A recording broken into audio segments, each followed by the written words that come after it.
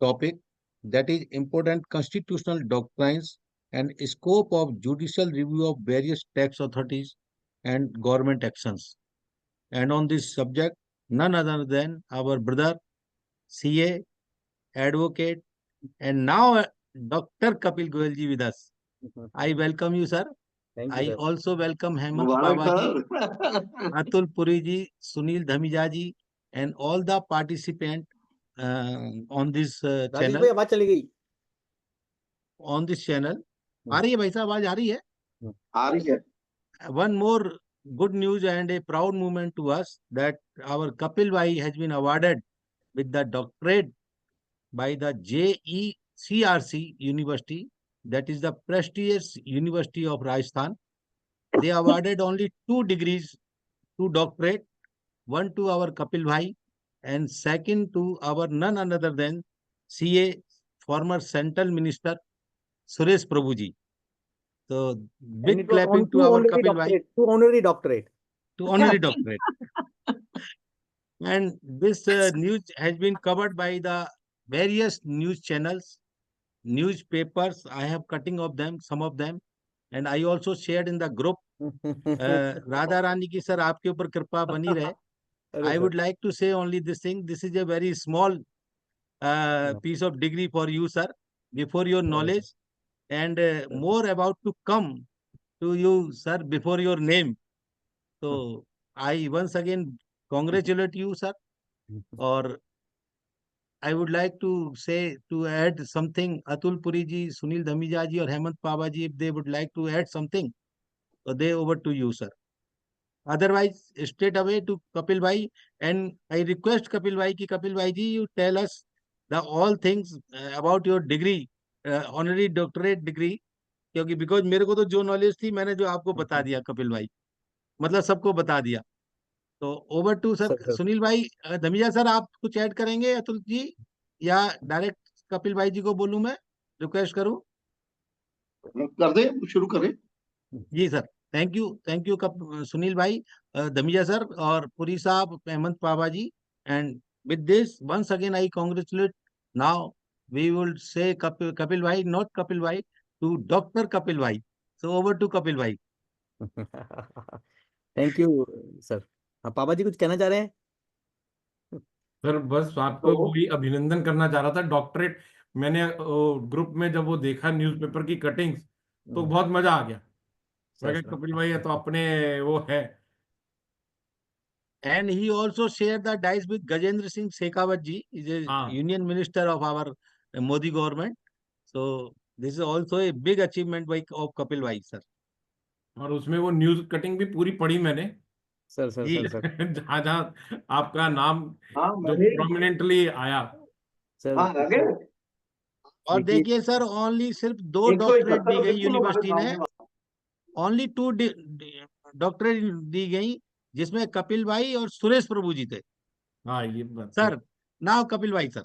Honorary degree तो अपने आप में एक अचीवमेंट है, जिसको मतलब दुनिया रिकॉग्नाइज कर रही है कि कपिल जी कुछ है। अरे सर पढ़ाई साहब करके तो सभी बाकी ले रहे हैं, सर ये फर्क है। क्या बात है सर। मेरे लिए पुरी साहब कुछ कहना चाह रहे हैं? वो सितारा जग में जो होता है ना, डायमंड दूर से चमकने का जौहरी, उन्होंने पहचाना है कि दुनिया में से एक कपिल गोयल, इनको ऑनररी वैसे करो कि वैसे भी पढ़ाई करके नहीं। सर सर सर मैं ये कहना चाह रहा था कपिल भाई सर कि उन्होंने आपकी प्रतिभा वैसे ही पहचान ली कि इनसे कुछ एग्जाम लेने की जरूरत ही नहीं है। बिल्कुल ठीक इनको बात। तो भैया it is an honour for them. Yes yes, it is an honour of university of JECRC। देखिए, मैं अपनी बात विनम्रता से ऐसे रखूंगा। आप सबका बहुत बहुत धन्यवाद सर, खासकर राजेश अग्रवाल जी का, पुरी साहब का, पावा जी का और धमीजा जी का, और जितने भी मेरे दोस्त इस चैनल पे मुझे सुनते हैं और जो अभी हैं, all my good friends who are there with me at this time, and very special friend Puri Saab, Pava ji, Dhamija ji, and great great motivator, and my, what you say, a more than a real brother to me, Rajesh Agrawal ji. And he has always shown a different kind of confidence in me, and be it any time he has always treated me like a person who is मतलब कि ऐसा मुझे कभी भी उन्होंने feel नहीं होने दिया कि मेरे को जो उन्होंने रोल दे रखा है लोकस टेंडा इस चैनल पे वो बिल्कुल डिफरेंट है। उसको देखकर मुझे मेरे मन में मेरे मन में जैसे क्या होता है ना, कई बार जैसे एक परमात्मा किसी को बहुत, ठाकुर जी बड़ा विशिष्ट आशीर्वाद दे देते हैं और वो फिर सोचता है कि नहीं इसको परमात्मा ने आशीर्वाद दिया है। तो जीवन में मुझे ये आशीर्वाद जो मिला है हमेशा मेरे लाइफ में बड़ा मुझे आगे लेकर गया है। और ये जो डॉक्टरेट मुझे मिली है इसके दो भाव हैं सर, मैं 2 मिनट में इस बात को कहूँगा। एक भाव तो सर ये है पुरी साहब, पावा जी, इसमें बहुत बड़ा आशीर्वाद जो ये डिग्री मैं एट्रीब्यूट करता हूँ आपके यहाँ। ये डिग्री मिलने के बाद मुझे 4 जनवरी 2025 को ये डिग्री मिली इस नए साल में जयपुर में। और ये डिग्री मिलने के अंदर बहुत बड़ा रोल मेरे बाके बिहारी जो हमारे हैं ठाकुर जी उनका तो है ही। और उसके बाद जो ये मेरा पूरा सीए परिवार और जो मेरा अपने फैमिली, मेरी वाइफ, मेरे माता पिता और जो मेरा छोटा मुन्ना स्पेशल चाइल्ड और बड़े, तो इन सब के कंट्रीब्यूशन से, ब्रदर्स दोनों मेरे, तो ये सब सोसाइटी में जब हम कोई चीज़ अचीव करते हैं या कोई चीज़ हमें रिकॉग्नाइज मिलती है वो हमारी नहीं होती, ये राजेश भाई पता चलता है उसमें सब स्टेक होल्डर हैं। जैसे ठाकुर जी सबसे बड़े स्टेक होल्डर हैं, ईवान बाबू जो मेरे छोटे वाले मुन्ने स्पेशल चाइल्ड वो भी एक स्टेक होल्डर हैं। तो इन सब का और आप सब सीए फ्रेटर्निटी जिसने मुझे आज तक इतने सेमिनारों में मुझे मेरे को सुना और मेरे को हालांकि मुझे आता नहीं बैठना बोलना करना कुछ भी, बट फिर भी आपने मुझे अपने साथ गले से लगा के चले, इस चीज़ की वजह से मुझे आज जो सम्मान मिला है वो ये उसी को एट्रीब्यूटेड है। और सीए फ्रेटर्निटी के लिए मैंने हमेशा बोला राजेश भाई कि I always thanks Thakur ji that I am part of this profession and this degree which I have got is manifestation that I am really a blue-eyed of my profession, and my profession loves me like anything.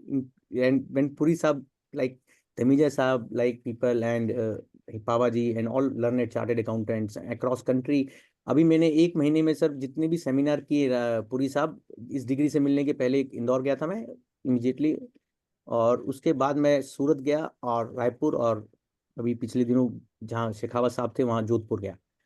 तो वहाँ तीनों चारों जगह मुझे राजेश भाई ये पता चला, एक बड़ी हर्ष की बात है ये मेरी डिग्री मिलना, तो मैं आप इसे कनेक्ट करेंगे कि जितनी भी जगह मैं गया पुरी साहब वहाँ जितने बहुत सारे लोग मुझे ऐसे मिले कह रहे हैं हम कपिल गोयल को कहीं नहीं पकड़ पाते तो हम राजेश अग्रवाल के यहाँ पकड़ लेते हैं।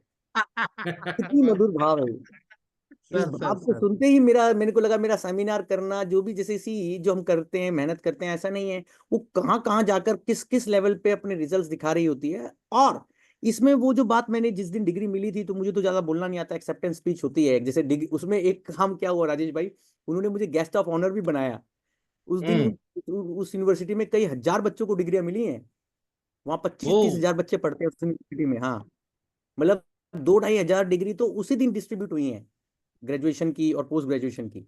और उसके अंदर 2-3 हजार लोग उस दिन उस फंक्शन में थे, कॉन्वोकेशन में 3000 पीपल की गैदरिंग थी। तो उसके अंदर मेरे को भी जब मैंने अपनी एक्सेप्टेंस स्पीच दी तो मैंने यही कहा, और जो बात मैं दोहरा रहा हूँ कि हमें जीवन में जो आपसे सीखी है मैंने पूरी साहब बड़ों से आपसे, वो मेरी अपनी बनाई नहीं है कि सारथी बनना चाहिए स्वार्थी नहीं जीवन में। ये बहुत बड़ी लाइन है बांके बिहारी की, हमें जीवन में सारथी का रोल अदा करना है स्वार्थी का नहीं। So well said. So well said. And and इसी बात को आगे बढ़ाते हुए कि रामचरितमानस और भारतीय संविधान और जो आज हम पढ़ेंगे और जो भगवान कृष्ण के संदेश है उनको हमें साथ लेकर चलना चाहिए सर। तो इन्हीं ये जो डिग्री है ये आपका आशीर्वाद है सर। और मैंने एक भगवान का राजेश भाई शुरू में मैं बोल देता हूँ, मैंने आज के प्रोग्राम के लिए ना मैंने सोचा था कि मेरी डिग्री मिली है, जैसे उस दिन मैंने मेरा जब जन्मदिन था आपने उस दिन भी प्रोग्राम रखा, मुझे आशीर्वाद दिया आप सबने 29 तारीख को, तो उसके बाद हम आज मिल रहे हैं। अब शायद हो सकता है बजट वाले दिन मिलेंगे जो हमारी नहीं नहीं, 1 फरवरी को मिलेंगे, शायद नहीं सर, मिलेंगे ही मिलेंगे। हाँ, शायद क्या होता है, शायद तो गड़बड़ हो गई। ये मैंने जान के बोला था, आप मुझे पूरा टेंशन सुन रहे हो। हाँ, हम छोड़ने तो वाले नहीं है सर आपको। नहीं नहीं नहीं नहीं, मैं खुद हमें भी भी खुद छोड़ने लग वाला में नहीं रहा हूँ हूँ, सर। कैमरा ऑन कर दिया तो जैन साहब का स्वागत है राजेश भाई। ले बोल दिया ना। राजेश जी राधे राधे। मेरा क्या तो दूसरे राजेश जैन उस दिन मैं जानता हूँ, मैंने 1 मिनट के लिए कैमरा ऑन कर दिया। कपिल भाई, हाँ मैं सोच रहा हूँ अगर आपको बोलना नहीं आता तो सर, आप इतना गजब ढा रहे हो, जिस दिन बोलना सीख जाओगे उस दिन क्या कर दोगे हमारा भाई? तो इसे नहीं करेंगे सर, मैं उसी पे आ रहा हूँ, जहां ले चलोगे वहीं मैं चलूंगा नाथ, जहां नाथ रख लोगे वहीं मैं रहूंगा, जो भी कहोगे तुम वही मैं करूंगा। जहां नाथ रख लोगे वहीं मैं रहूंगा, जहां ले चलोगे वहीं मैं चलूंगा। ये जीवन समर्पित चरण में तुम्हारे, तुम ही मेरे सर्वस्व, तुम ही मेरे प्राण प्यारे। तुम ही मेरे सर्वस्व, तुम ही प्राण प्यारे। ना कोई गिला, ना कोई शिकवा, ना कोई उलाना, ना कोई अर्जी, कर लो करा लो प्रभु जो है तेरी मर्जी। दयानाथ दैनिक मेरी अवस्था, तेरे हाथ में है मेरी अब सारी व्यवस्था। तुझे छोड़कर नाथ मैं किससे कहूंगा, जहां ले चलोगे वही मैं चलूंगा। वही मैं चलूंगा। बहुत बहुत ये क्या मैंने आज बहुत ह्यूमिलिटी ये है। भजन याद किया था, ये भजन मैंने याद किया, मैंने बोल नहीं पाया ढंग से, पर मैंने जितना भी टूटी फूटी वाणी से बता पाया कि इसका भाव यही है कि तुम्हें छोड़कर नाथ मैं किससे कहूंगा, जहां रख लोगे वहीं मैं रहूंगा, जो तुम कहोगे वही मैं करूंगा। तो बांके बिहारी की जय हो सब। आज का पुरी साहब ये टॉपिक हमने इस तरीके से रखा था कि मैं कई दिनों से बड़े मन में मेरी थी कि हम कॉन्स्टिट्यूशनल डॉक्ट्राइन्स को डिस्कस करें, क्योंकि हमारे देश ने भी 75 साल संविधान के बनाए हैं। और इस बात की इंपॉर्टेंस राजेश भाई ये है कि आधा घंटा 148 भी डिस्कस करेंगे, लास्ट में 1 घंटा हम इसको देंगे। तो अब आपको जैसे जो हमारा आज का सेशन है वो लास्ट का हम क्यूरीज भी लेंगे, और आधा घंटा अपना जो और इनकम टैक्स की डेवलपमेंट से डिस्कस कर लेंगे। 1 घंटा हम कॉन्स्टिट्यूशन ऑफ इंडिया और जुडिशियल रिव्यू का जो मैंने पेपर बनाया है वो राजेश भाई आप सबको सर्कुलेट कर दीजिएगा। कर दिया सर, कर दिया। हाँ, तो वो जो भी जिनके पास है वो खोलना चाहें, धमीजा जी सब आप लोग खोल लीजिए, उसमें बहुत सारी चीजें बड़ी इंपॉर्टेंट है। अभी उस पर आने से पहले राजेश भाई, क्या हुआ हमारे देश ने अभी 75 साल जब संविधान के बनाए, उसका क्या रेलेवेंस है चार्टेड अकाउंटेंट्स के, हमारी इनकम टैक्स की प्रैक्टिशनर्स के लिए, वो भी मैं I will highlight. But I am telling you some very interesting fact कि आपको पता है कि जनरली एक एवरेज कॉन्स्टिट्यूशन की लाइफ कितनी रही, जैसे कोई भी वर्ल्ड के कॉन्स्टिट्यूशन बने, 19 साल। ओके। मतलब हमारा संविधान की लाइफ पूरी साहब 75 साल। आप इसमें किसको क्रेडिट देंगे, ये परमात्मा की, हमारे ऋषि मुनियों की, और बड़ी जबरदस्त हमारी और कॉन्स्टिट्यूशनल ड्राफ्टर अंबेडकर साहब और उनकी कॉन्स्टिट्यूशन असेंबली की जो ड्राफ्टिंग कमेटी थी, उसके हेड्स ऑफ कि उन्होंने हमारे कॉन्स्टिट्यूशन को इतना लिविंग डॉक्यूमेंट बनाया कि आज भी उस कॉन्स्टिट्यूशन में 75 साल के अंदर हम चल रहे हैं बढ़िया से, मैं तो यही कहूंगा। और ब्यूटी ये है कि बेसिक ढांचा वही है, हाँ, तो ये बेसिक ढांचे को चेंज करने की आवश्यकता ही नहीं हुई। आप देखिए कितनी बड़ी सक्सेस है सर।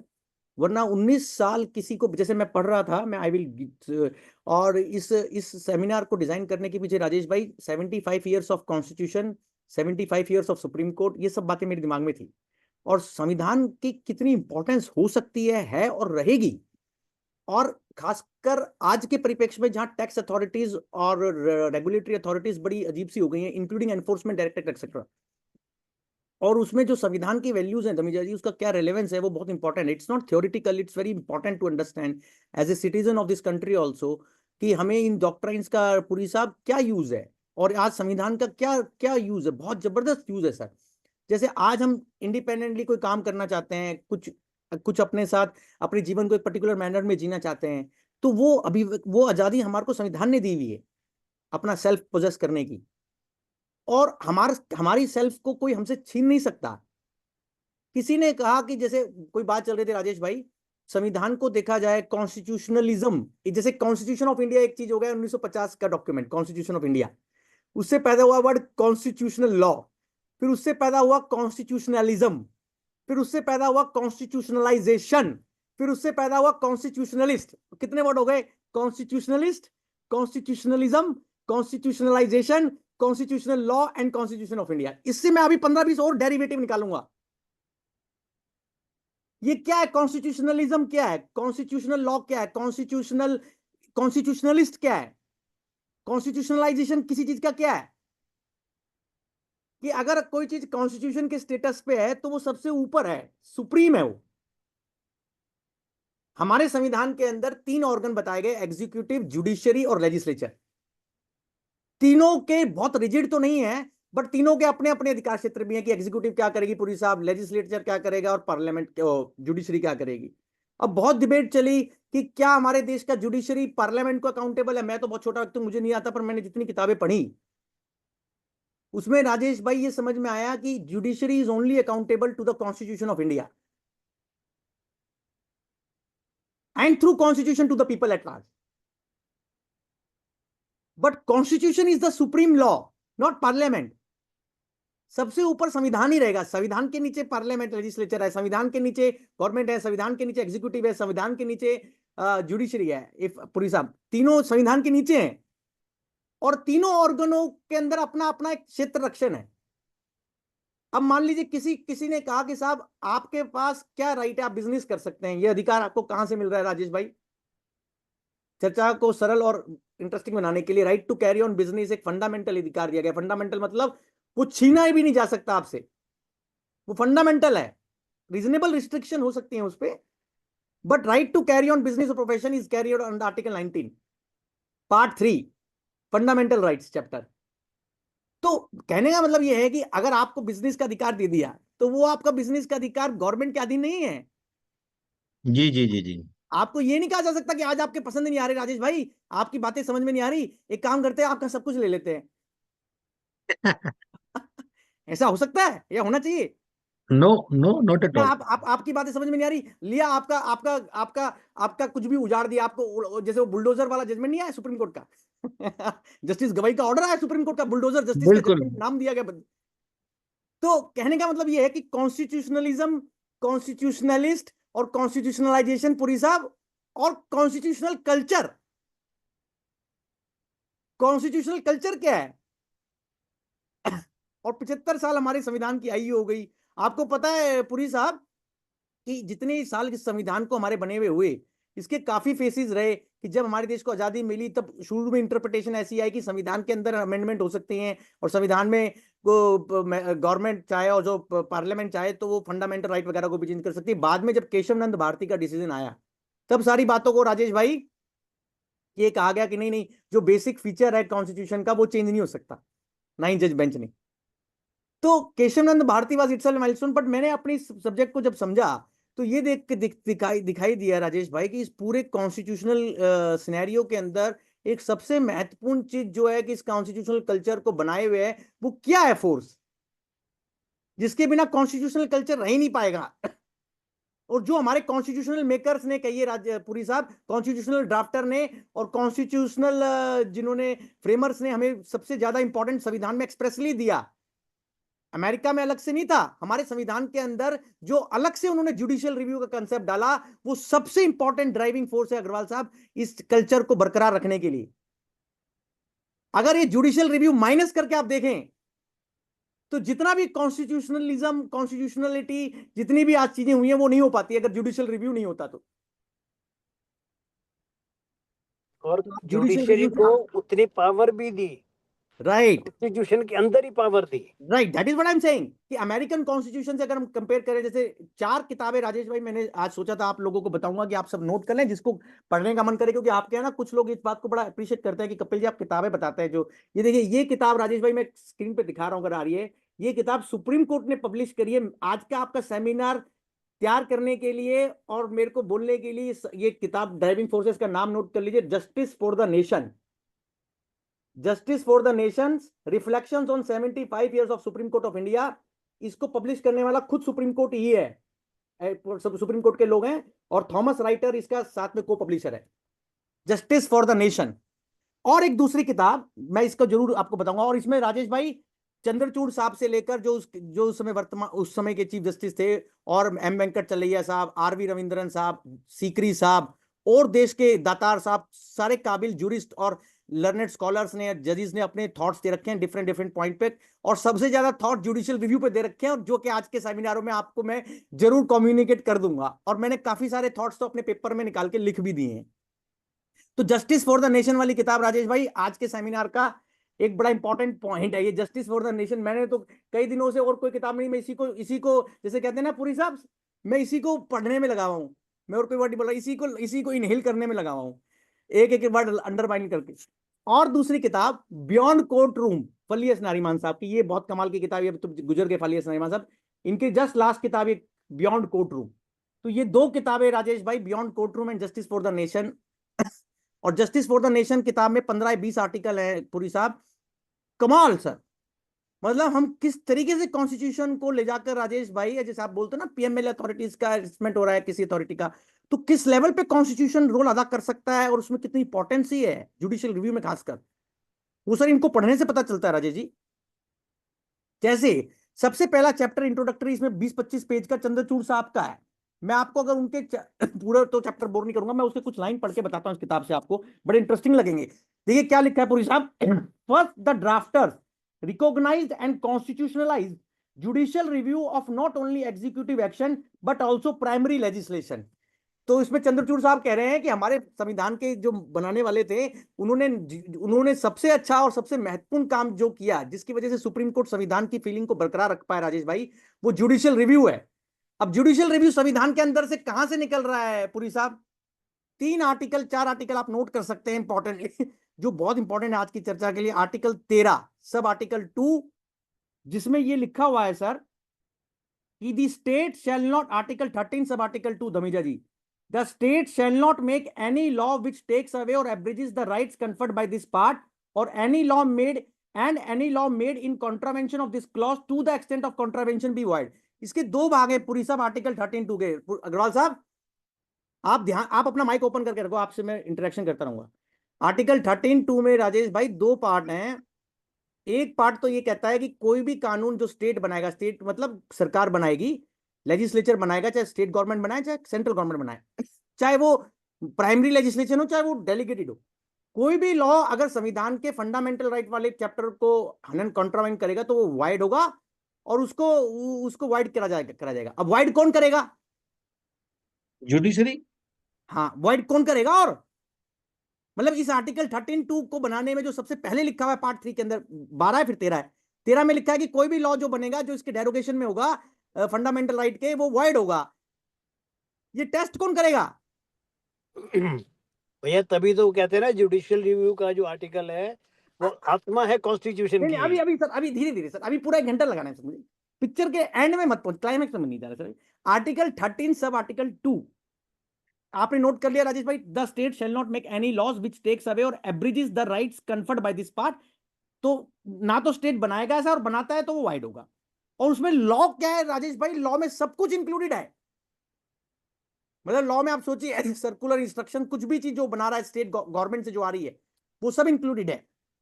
तो जुडिशियल रिव्यू को सैंक्टिटी संविधान मेकर्स ने पूरी साहब पहले तो आर्टिकल 13 में दी, फिर जो सबसे एक और इंपॉर्टेंट उन्होंने दी, मैं उस जुडिशियल रिव्यू की रेमेडीज पे भी आऊंगा अभी 2 मिनट। फिर उसके बाद राजेश भाई इसमें आर्टिकल 245, जिसमें पार्लियामेंट कानून बनाता है, आप नोट करिए उसकी लैंग्वेज। आर्टिकल 245 का हेडिंग है extent of laws made by parliament and by the legislature of states. उसकी सब आर्टिकल 1 पढ़ रहा हूं राजेश भाई, फिर मैं उसको हिंदी में अनुवाद भी कर दूंगा। Subject to the provisions of this constitution, इसकी ओपनिंग लैंग्वेज जिसमें पार्लियामेंट कानून बनाता है उसकी ओपनिंग लैंग्वेज है subject to the provision of this constitution. Dhamija साहब कि अगर जो संविधान के अंदर जो पार्लियामेंट को लॉ बनाने की पावर दी गई है, उसके ओपनिंग वर्ड से subject to the provision of this constitution, इसका मतलब आर्टिकल 13 भी हो गया, फंडामेंटल राइट भी हो गया। Parliament may make laws for the whole or any part of territory of India and the legislature of a state may make laws for the whole। तो इस राजेश भाई इससे ये निकल के आया, अगर आर्टिकल 13 सब आर्टिकल 2 को और आर्टिकल 245 सब 1 को, दोनों को दो ही चीज तो पढ़े, तो इससे ये पता लगा कि संविधान मेकर ने ये बात कही कि पार्लियामेंट जो लॉ बना रहा है वो कोई सुप्रीम लॉ मेकिंग बॉडी नहीं है, मतलब उसका लॉ बनाने का भी जुडिशियल रिव्यू होगा। और अगर आप यही होता तो ना तो आर्टिकल 13(2) होता, ना आर्टिकल 245 में लैंग्वेज लिखी होती। और मतलब मेरा सबमिशन ये है इससे बताने का पूरी साहब, और ये बात इन सारे ग्रेट ऑथर्स ने, जो चंद्रचूड़ साहब जैसे महान हमारे देश के मुख्य न्यायाधीश रहे, और भी बहुत लोगों ने लिखी कि article 13 and article 245 constitutionalise Rajesh भाई जुडिशियल रिव्यू। आप इसका इंपॉर्टेंस समझ रहे हो? इसका मतलब राजेश भाई ये है कि कोई भी कानून बन गया, लेट अस से इनकम टैक्स एक्ट में लिख दिया कि हम किसी के यहाँ 43(b) सबसेक्शन H बना दिया, एमएसएमई का खर्चा डिसअलाउ होगा। सेक्शन 68 में प्रोवाइजो आ गया कि सोर्स ऑफ सोर्स पूछा जाएगा। एक्सप्लेनेशन 2 जो लास्ट टाइम हमने डिस्कस करी थी 148 का डीम्ड एस्केपमेंट आ गया कि किसी के सर्च होगी, किसी का केस खुल गया डायरेक्ट। इन सब लॉस की जुडिशियल रिव्यू पॉसिबल है, परमिसिबल है कॉन्स्टिट्यूशन ऑफ इंडिया में। Yes yes. ये कोई लॉ ऐसा नहीं है कि जिसने बना दिया वो फाइनल हो गया। उसकी ये चेक होगा कि ये प्रॉपर है या नहीं है, और वो चेक करने का राइट उस पार्लियामेंट के पास तो नहीं है। पार्लियामेंट खुद कैसे चेक करेगा? वो तो कोई इंडिपेंडेंट आर्बिट्री तो चेक कर सकता है, जो इंडिपेंडेंट एम्पायर होगा, अनबायस्ड जुडिशरी, इंडिपेंडेंट जुडिशरी होगी। जस्टिस कानिया हमारे देश की, राजेश भाई, मैं जब एक पूरी किताब का अध्ययन कर रहा था, एक बड़ी कमाल की चीज मैंने देखी सर इसमें, जो चंद्रचूड़ साहब ने बताई, मुझे तो पता ही नहीं थी आज तक। मतलब आप नोट कर सकते हैं, जस्टिस कानिया हमारे देश की जब पहली सुप्रीम कोर्ट बैठी तो उन्होंने पहली सुप्रीम कोर्ट की सिटिंग में क्या कहा। जैसे मेरी डॉक्टर मिलने के बाद आपके यहाँ ये पहला सेमिनार आपके यहाँ तो मैं आपको ये बात कह रहा हूं कि कानिया साहब का ये नोट कर लें 3 बातें सर, आज के परिप्रेक्ष्य में अग्रवाल साहब बहुत लग रही है। पहली बात तो उन्होंने कही इंडिपेंडेंट जुडिशरी होनी बहुत जरूरी है देश के अंदर। मतलब supreme court must operate independently of the legislative and executive branches. इसी किताब में वेंकट चलैया साहब, जो हमारे देश के मुख्य न्यायाधीश भी रहे, उन्होंने एक जगह लिख रखा है, एम वेंकट चलैया ने अपने आर्टिकल में, कि मैं आपको लाइन पढ़ के बताऊं तो आपको मतलब किसी को गुस्ताखी माफ करके देखिए क्या जबरदस्त लाइन लिखी है राजेश भाई इन्होंने। ये इसी के इंडिपेंडेंट जुडिशरी का क्या मतलब होता है, ये बात मिस्टर वेंकट चलैया ने क्या लिखी देखी। और मैं आपको ये इसलिए पढ़ के बता रहा हूं क्योंकि बहुत जगह आज के तारीख के अंदर इस लाइन का सम्मान नहीं हो रहा है सर। अब देखिए क्या लिखा राजेश भाई, बॉन होमी और कॉर्डियलिटी, जैसे इन्होंने कहा relationship between the judiciary and other wings is expected to be correct होनी चाहिए, नथिंग मोर। बॉन होमी और cordiality more often than not may herald the demise of democracy and constitutionalism. वो कह रहे हैं अगर न्यायपालिका के बीच में और तंत्रों के बीच में, ऑर्गन्स के बीच में अगर बॉन होमी भाईचारा जो हो गया तो उससे क्या होगा, it may herald the demise of democracy and constitutionalism, is mister Venkata Chaliah writing in this book. The court is not accountable to the legislature or the nation in a way legislator is. It is accountable to the constitution and its values. है राजेश भाई? जी जी जी। It is accountable to the constitution and its values. तो कानिया साहब का पहला statement ये था, point preposition आप note, मैं जो करा रहा था आपको, इंडिपेंडेंट जुडिशरी, दूसरा judicial approach to adjudication. Rajesh भाई आज की तारीख में जुडिशियल अप्रोच, ये कानिया साहब के वर्ड आप याद रखना। आज हम कोई 140 का केस लड़ते हैं, कोई हाई डिमांड का केस लड़ते हैं, तो उसमें जुडिशियल अप्रोच एडजुडिकेशन की हमेशा होती है कोई। इंडिपेंडेंट जुडिशरी पहला point, judicial approach to the case. आप सीआईटी अपील को लो, फेसलेस अपील को, चलो हम ज्यादा दूर क्यों जाएं। है पुरी साहब क्या हाल है, उसमें टेम्पलेट ऑर्डर पास हो रहे हैं। Same as ITO passed, assessing officer passed. और लास्टली उन्होंने कहा court must earn the respect of citizens to establish as a legitimate institution, सबसे इंपॉर्टेंट, नागरिकों का सम्मान। तो राजेश भाई जुडिशियल रिव्यू के लिए 2 पहले आर्टिकल मैंने जो बताया, article 13 sub article 2, the state shall not make any law in derogation of fundamental rights and if made it will be wide to that extent. जितना वायलेशन होगा उतना वाइड हो जाएगा, टू दैट एक्सटेंट, प्रोपोर्शनल। और article 245 में लिखा है कोई भी कानून जो बनेगा स्टेट लेजिस्लेचर के द्वारा या सेंट्रल लेजिस्लेचर के द्वारा, वो संविधान के और पार्ट्स को सब्जेक्ट रहेगा, मतलब वो कोई वो नहीं है, उसमें भी जुडिशियल रिव्यू हो सकता है। अब आप देखिए जुडिशियल रिव्यू का कंसेप्ट पैदा कैसे हुआ पुरी साहब। किसी ने कहा कि जुडिशियल रिव्यू की कंसेप्ट की जननी बनी क्या, राजेश भाई? जी आप जी लोगों जी। के पास मेरा अगर आर्टिकल है तो उस आर्टिकल में मैंने एक जस्टिस सूर्यकांत साहब, जो हमारे देश के 3rd सीनियर जज हैं after justice Khanna and after justice Gavai, उनका एक ऑर्डर आया था, और मेरे आज के सेमिनार का एक लैंडमार्क ऑर्डर डिस्कशन का है सर, आप सब नोट कर सकते हैं। इस केस का नाम है section in regarding section 6A of citizenship act. मैं आप कहा तो राजेश भाई शेयर करूं उस पेपर को, उस पे हाँ please please please please sir please. देखना शेयर हुआ सर। आ गया सर, आ गया। ये देखिए ये मेरा पेपर है, ये सबको पुरी साहब आपको सबको मिल जाएगा। मिल गया ऑलरेडी, मैंने भेज दिया सबको। Relevant provisions of constitution of India मैंने पहले लिया कि कौन कौन से संविधान में स्पेसिफिक पावर्स दी गई हैं कॉन्स्टिट्यूशनल कोर्ट्स को जुडिशियल रिव्यू करने की, जो पावर कॉन्स्टिट्यूशनल कोर्ट के पास है, जो संवैधानिक कोर्ट है, और जिसमें जुडिशियल रिव्यू पॉसिबल है। स्टेट एक्शन का, स्टेट एक्शन में दोनों एक्शन आ गए राजेश भाई, लेजिस्लेचर के कानून बनाने का भी और एग्जीक्यूटिव के किसी डिसीजन का भी। आप नोट कर रहे हैं, state action includes legislative action and executive action. ठीक है सर, 148 का रिव्यू पॉसिबल है, ये इसी में से आ रही है बातें सब, मैं बताता हूं अभी आपको। आर्टिकल 13 अभी चढ़ते हैं हम, कहाँ थे राजेश भाई, मैं क्या कह रहा था, मैं कह रहा था कि वो जो जजमेंट जस्टिस सूर्यकांत का था, एक सेकंड से, जस्टिस सूर्यकांत साहब का जो जजमेंट आया है, उस जजमेंट से मैं अपनी ये देखिए सर, यहाँ से दिस इज द जजमेंट, आगे राजेश भाई स्क्रीन पे देखना जरा। आगे आगे आगे भाई साहब, आ गया। ये जजमेंट में इन्होंने ये बता रखा है कि इसका प्रिंसिपल चालू कहां से, और ये जजमेंट अभी का है राजेश भाई, सूर्यकांत साहब का 5 जज बेंच का ऑर्डर है।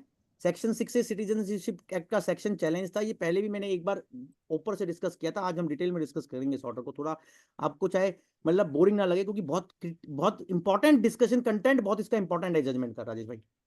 इसमें सूर्यकांत साहब ने राजेश भाई पूरा पेन लेकर ये समझाया है पुरी साहब कि जुडिशियल रिव्यू के कंसेप्ट की रूट्स कहाँ थी, कहाँ ये Thomas Bonham versus College of Physician का एक केस था, जिसमें ये it was asserted that common law had the authority to oversee acts of parliament and empowered the courts to invalidate an enactment conflicting with common right and reason. This principle entails subjecting all laws to scrutiny against a higher law typically embodied in a constitution.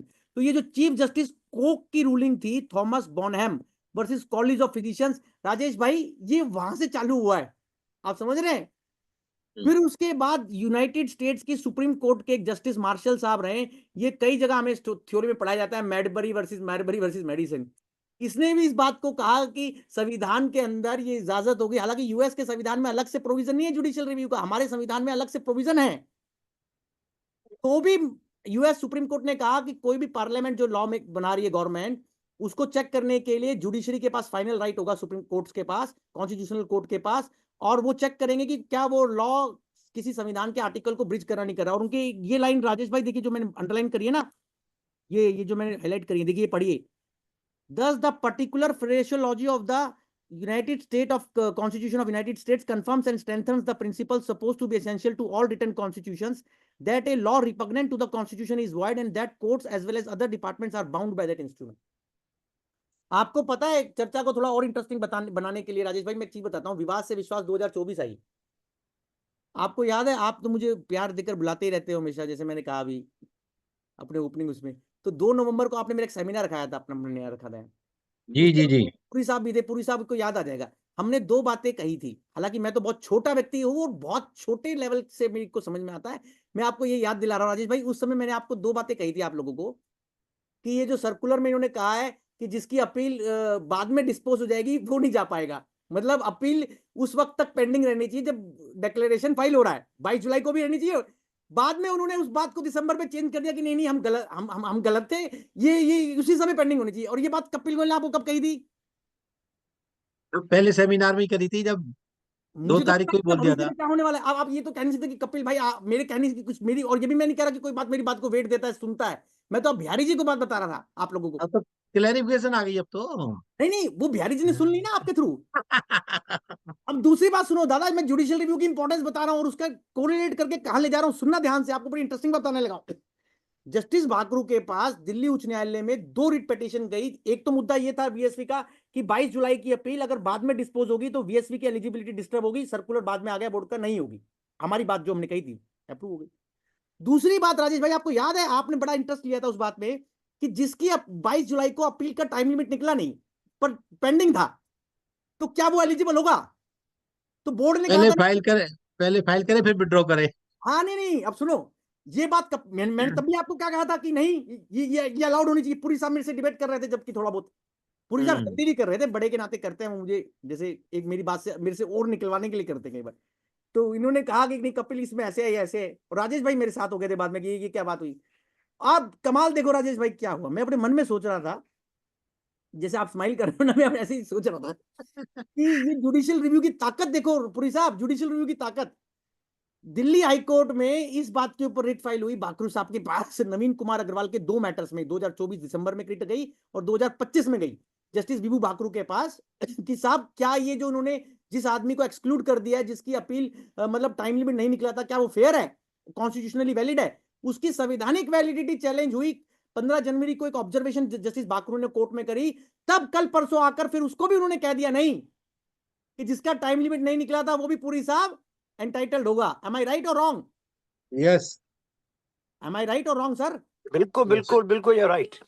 अब ये judicial review की ताकत है, अगर judicial review नहीं होता राजेश भाई, तो सर भाई साहब एक बात बताओ, मैं आपको एक भाई कहना चाहता हूं कि अगर जुडिशियल रिव्यू ना होना राजेश भाई, तो हमारी जो आवाज की सुनवाई है, जो वजन है, वेट है, और जो उसकी रिसेप्शन है, वो बहुत लेस हो जाएगी। बिल्कुल बिल्कुल सही कह रहे हैं आप। और ये फिर जो तो बात थॉमस बॉनहेम के केस में, मैरबरी मेडिसन के केस में, सेक्शन 6 से सिटीजनशिप एक्ट के केस में सूर्यकांत साहब बता रहे हैं, अब देखिए ये सूर्यकांत साहब के जजमेंट का पैरा 40 पढ़िए राजेश भाई, आपको आनंद आ जाएगा, आप पढ़िए राजेश भाई, मैं आपको बता रहा हूँ पैरा आप। 40, हाँ, the the essence of our constitutional system is rooted in the concept of नहीं constitutionalism रुक जाइए, ये वो मार्क कर लीजिए, अंडरलाइन। पहला पॉइंट क्या, कंसेप्ट ऑफ कॉन्स्टिट्यूशनलिज्म, मैं डिफाइन करूंगा इसको आगे। And and judicial review, second judicial review, मतलब हमारे संविधान का जो पूरा सिस्टम है वो दो चीजों पे टिका हुआ है, कॉन्स्टिट्यूशनलिज्म पे और जुडिशियल रिव्यू पे। आगे पढ़िए। which comprise three essential elements. हाँ, अभी First, धीरे the धीरे पढ़ना है। हाँ, हाँ, the first the presence of written constitution establishing and constraining government organs. Second, the constitution serving as a superior law or standard by, एक minute sir, by which all the, मैं नीचे करता हूँ sir, which the conduct of all organ is assessed. And And third, third, the provision of sanctions to prevent, restrain, and if necessary, annul any violation of superior law. the third element, अब पढ़ना third element, Which seeks to safeguard superior law is second through element में राजेश भाई आया कि एक organ, एक document जिससे सारे कंडक्ट जज होंगे अदर ऑर्गन्स के, वो संविधान होगा, वो सुपीरियर लॉ हो गया। और सुपीरियर लॉ के कंडक्ट को चेक करने की जो बॉडी हो गई एडजुडिकेटर, वो कौन हो गया, जुडिशियल रिव्यू हो गई, मैकेनिज्म। जी Despite the expansive powers granted to legislatures, they operate within the confines set by constitution. In a democratic nation governed by written constitution, supremacy and sovereignty reside in the constitution. However, the duty of protecting the rights given under the constitution falls to courts through judicial review, making them in the process ultimate arbiter of constitutional interpretation. तो ये पूरा judgement जो उन्होंने लिखा है, इसमें भी article 13, 245 उन्होंने समझाया है। तो राजेश भाई इस सेक्शन, इस जजमेंट का 200-400 पेज लिखे हैं, मैं 200-400 पेज मैंने क्रक्स निकाला है। अभी उसका क्रक्स ये राजेश भाई कि बिना जुडिशियल रिव्यू के कॉन्स्टिट्यूशनलिज्म नहीं रह सकता था, जुडिशियल रिव्यू तो रहना ही है। और इसके अंदर पार्लियामेंट की लेजिस्लेशन को चैलेंज किया गया था, सेक्शन 6 से सिटीजनशिप एक्ट को। तो गवर्नमेंट का ऑब्जेक्शन था, यूनियन ऑफ इंडिया का, नहीं सर ये डिलेड से फाइल है, इनका जुडिशियल रिव्यू रिजेक्ट हो जाना चाहिए। तो जज साहब ने ये कहा कि भैया क्या इनके पास कोई और ऑप्शन है इसको चैलेंज करने के लिए कहीं और, मतलब क्या कोई नागरिक चाहे किसी कानून को किसी दूसरी फॉर्म पे चैलेंज कर सकता है apart from supreme court and high court? मैं पूछ रहा हूँ राजेश भाई, आप किसी के एग्जीक्यूटिव के सामने कॉन्स्टिट्यूशनल वैलिडिटी चैलेंज कर सकते हो कोई आप? भाई एग्जेक्टिव तो जो ऑर्डर दे रहा है उसके ऊपर तो सिर्फ जुडिशरी है। नहीं, ये पूरी साहब सवाल अलग है, दोबारा पूछता हूं। जैसे कोई कानून बना, उस कानून की वैधता को चेक करने का क्या कोई और ऑप्शन है संविधानिक कोर्ट के अलावा, हाई कोर्ट, सुप्रीम कोर्ट के अलावा, नागरिक के पास या एसएससी के पास या टैक्स पेयर के पास? नहीं है, बिल्कुल नहीं है, कोई नहीं है कोई नहीं है। तो भाई साहब फिर इसीलिए जज साहब ने कहा कि तुम ये ऑब्जेक्शन क्यों ले रहे हो? उनको ये ऑब्जेक्शन लिया, बताओ गवर्नमेंट का, कि नहीं ये रिव्यू मेंटेन नहीं होना चाहिए, ये डिसमिस थ्रेशोल्ड पे कर दो। मैं आपको पढ़ा देता हूँ पैराग्राफ, अगर आपको विश्वास नहीं हो रहा तो मैं पढ़वा देता हूँ। नहीं, ये न्यूज़पेपर में भी आया था, मैं मैंने ध्यान आ गया मेरे को। कल को भाई साहब देखो हमारे technical the present challenge concern, पढ़ना राजेश भाई जरा। The present challenge concern checking the validity of Section 6A, a statutory provision. We are therefore of the firm view that the respondent's plea regarding foreclosing the petitioner challenge at the threshold on the ground of judicial review cannot be accepted. तो उसको reject कर दिया government of India के objection को, detail law लिखकर कि क्यों statutory. अब आप इसको इनकम टैक्स एक्ट पे, जीएसटी एक्ट पे, पीएमएलए एक्ट पे, जितने भी लेजिस्लेशन आपको फेस कर रहे हैं चार्टर्ड अकाउंटेंट को या टैक्स पेयर को, उनको चैलेंज करने का, ठीक है, हमारे there are two different things. Challenge करना एक अलग चीज हुई, चैलेंज करने के बाद उस चैलेंज के अंदर उसको स्वीकृति मिलेगी नहीं मिलेगी, और वो उसकी वैधता नहीं होगी अवैधता होगी, वो एक दूसरा पार्ट है, वो एक अलग बात। बट आप थ्रेशोल्ड पे उसको रिजेक्ट नहीं कर सकते। आपको बात समझ में आ गई पूरी साहब? और आप सोचिए इसका कितना भयानक रिजल्ट होगा अगर ऐसे जजमेंट ना हो। कि राजेश भाई और ये व्यवस्था ना हो तो क्या होगा, तो मेजोरिटी कुछ भी कहेगी तो गवर्नमेंट जो ये की कहेगी तो वो तो हो जाएगा फिर फाइनल। बिल्कुल बिल्कुल, फिर तो आप जुडिशरी जितने का भी कोई वो ही कानून नहीं बन रहेगी। रहे हैं, जितने भी कानून बन रहे हैं, मेरा विद ड्यू रिस्पेक्ट कहना है, देखिए मैं कोई रिव्यू अथॉरिटी नहीं हूं, मेरा कहना का मतलब ये कि जुडिशियल रिव्यू का जो संविधान ने बात कही है वो बहुत इंपॉर्टेंट है। अब आगे बढ़ते हैं। अब राजेश भाई ये मैंने आपको सेक्शन 6 से पढ़ा दिया, ओ सॉरी सेक्शन 6 से वाला जजमेंट जस्टिस सूर्यकांत का बता दिया। अब जुडिशियल रिव्यू के मेन आर्टिकल्स कौन कौन से वो नोट कर लीजिए, जिनमें जुडिशियल रिव्यू की पावर्स कॉन्स्टिट्यूशनल कोर्ट को पूरी साहब दी गई है। कौन कौन से राजेश भाई, कुछ गैस मारिए। आर्टिकल 32 सबसे पहले लिखिए। आर्टिकल 32 क्या है, जिसको जस्ट बी आर अम्बेडकर साहब ने ये कहा था, ये भारतीय संविधान की सोल है, इसके बिना पूरा संविधान फेल हो जाएगा। देखिए इसके बारे में ये कहा था आर्टिकल 32 के बारे में अम्बेडकर साहब ने, कि इसके बिना पूरा ये हार्ट एंड सोल है। क्यों कहा था राजेश भाई इसको? आर्टिकल 32 ऊपर है, मैंने रिप्रोड्यूस भी किया, राजेश भाई अपने पेपर में देखिए। आर्टिकल 32 ये रहा, राइट टू कॉन्स्टिट्यूशनल रेमेडीज। अगर किसी भी नागरिक का या किसी भी व्यक्ति का फंडामेंटल राइट हनन हो रहा है, फंडामेंटल राइट मैं बता रहा हूं, आर्टिकल 14 जिसमें राइट टू इक्वालिटी आता है, मेन मुख्य आर्टिकल 19 राइट टू फ्रीडम, बहुत सारे फ्रीडम दिए गए हैं, और आर्टिकल 21 लिबर्टी वाला जिसमें अरेस्ट वगैरह का के लिए आपको यूज करते हैं। आर्टिकल 14 मार्क कर लीजिए, आर्टिकल 19, आर्टिकल 21 ये मेन फंडामेंटल राइट है, वैसे और भी हैं। तो राजेश भाई अगर कोई इन पे अटैक होता है किसी स्टेचुटरी लॉ के द्वारा, तो आप किसके सामने जा सकते हैं? डायरेक्टली सुप्रीम कोर्ट में भी जा सकते हैं आर्टिकल 32 के तहत। ओके। और इसको बी आर अम्बेडकर ने क्या दर्जा दिया, ये सब आप समझ लीजिए, थ्योरेटिकल बात नहीं है, ये बात बहुत इंपॉर्टेंट है कि उन्होंने कहा कि इस संविधान के बिना, इस प्रावधान के बिना पूरा संविधान बेकार है। ऐसा क्यों कहा उन्होंने, कितना इंपॉर्टेंट है कि उन्होंने कहा कि सुप्रीम कोर्ट को एक हमने ऐसा बनाया है प्रोटेक्टर, कि सुप्रीम कोर्ट को सेंटिनल ऑन क्यू वाई बनाया गया है, कि वो देखेगा कि नागरिकों के या किसी भी व्यक्ति के देश के अंदर फंडामेंटल राइट का हनन नहीं हो रहा है। आर्टिकल 32। बट अब क्या होने लगा राजीव भाई, प्रैक्टिकली जब कोई आदमी आर्टिकल 32 की पिटीशन लेकर डायरेक्टली सुप्रीम कोर्ट जाता है, मैं प्रैक्टिकली बताता रहता हूं, तो सुप्रीम कोर्ट कहता है आप पहले हाईकोर्ट होके आओ, जी जी जी जी। क्योंकि हाईकोर्ट भी कॉन्स्टिट्यूशनल कोर्ट है, सुप्रीम कोर्ट भी कॉन्स्टिट्यूशनल कोर्ट है, दोनों कॉन्स्टिट्यूशनल कोर्ट है। मतलब सुप्रीम कोर्ट का भी दर्जा हमारे संविधान में कॉन्स्टिट्यूशनल कोर्ट है, और हाई कोर्ट का भी कॉन्स्टिट्यूशनल कोर्ट है। आप नोट कर रहे हैं?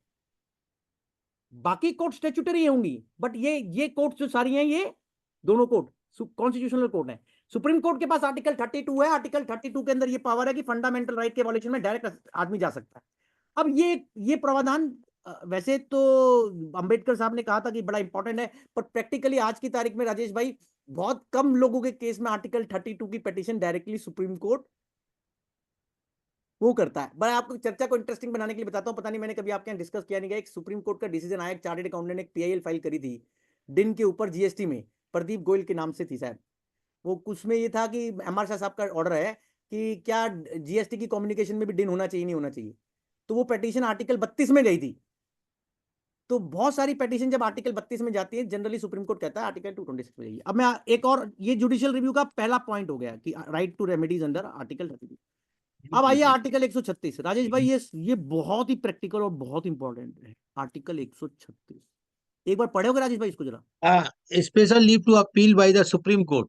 हम्म One, notwithstanding anything in this chapter, the Supreme Court may, in its discretion, grant special leave to appeal from any judgment, decree, determination, sentence, or order in any cause or matter passed or made by any court or tribunal in the territory of India. Second, nothing in clause 1 ठीक है, second को छोड़ो, shall अभी apply. एक में रहो sir, एक में सॉरी। अब राजेश भाई धीरे, not withstanding anything contain in this chapter, मतलब जो स्पेशल जो ये चैप्टर जिसमें आर्टिकल 136 है, उस पूरे चैप्टर को इन्होंने कहा ओवरराइड कर दिया। नॉट विस्टैंडिंग वर्ड आप समझिए, ये आर्टिकल 32 से भी इंपॉर्टेंट बताया गया जस्टिस चंद्रचूड़ के द्वारा इस किताब में, और हमारे अनुभव में भी। इसमें ये कह रहे हैं कि इसके अंदर एक अलग ओवर, जैसे उसमें तो फंडामेंटल राइट की वॉल्यूशन की बात कही है सिर्फ, यहां किसी भी इंडिया के किसी भी ट्रिब्यूनल के द्वारा किसी भी ऑर्डर को समीक्षा का अधिकार सुप्रीम कोर्ट को दिया गया है। दोबारा पढ़िए, दोबारा पढ़िए।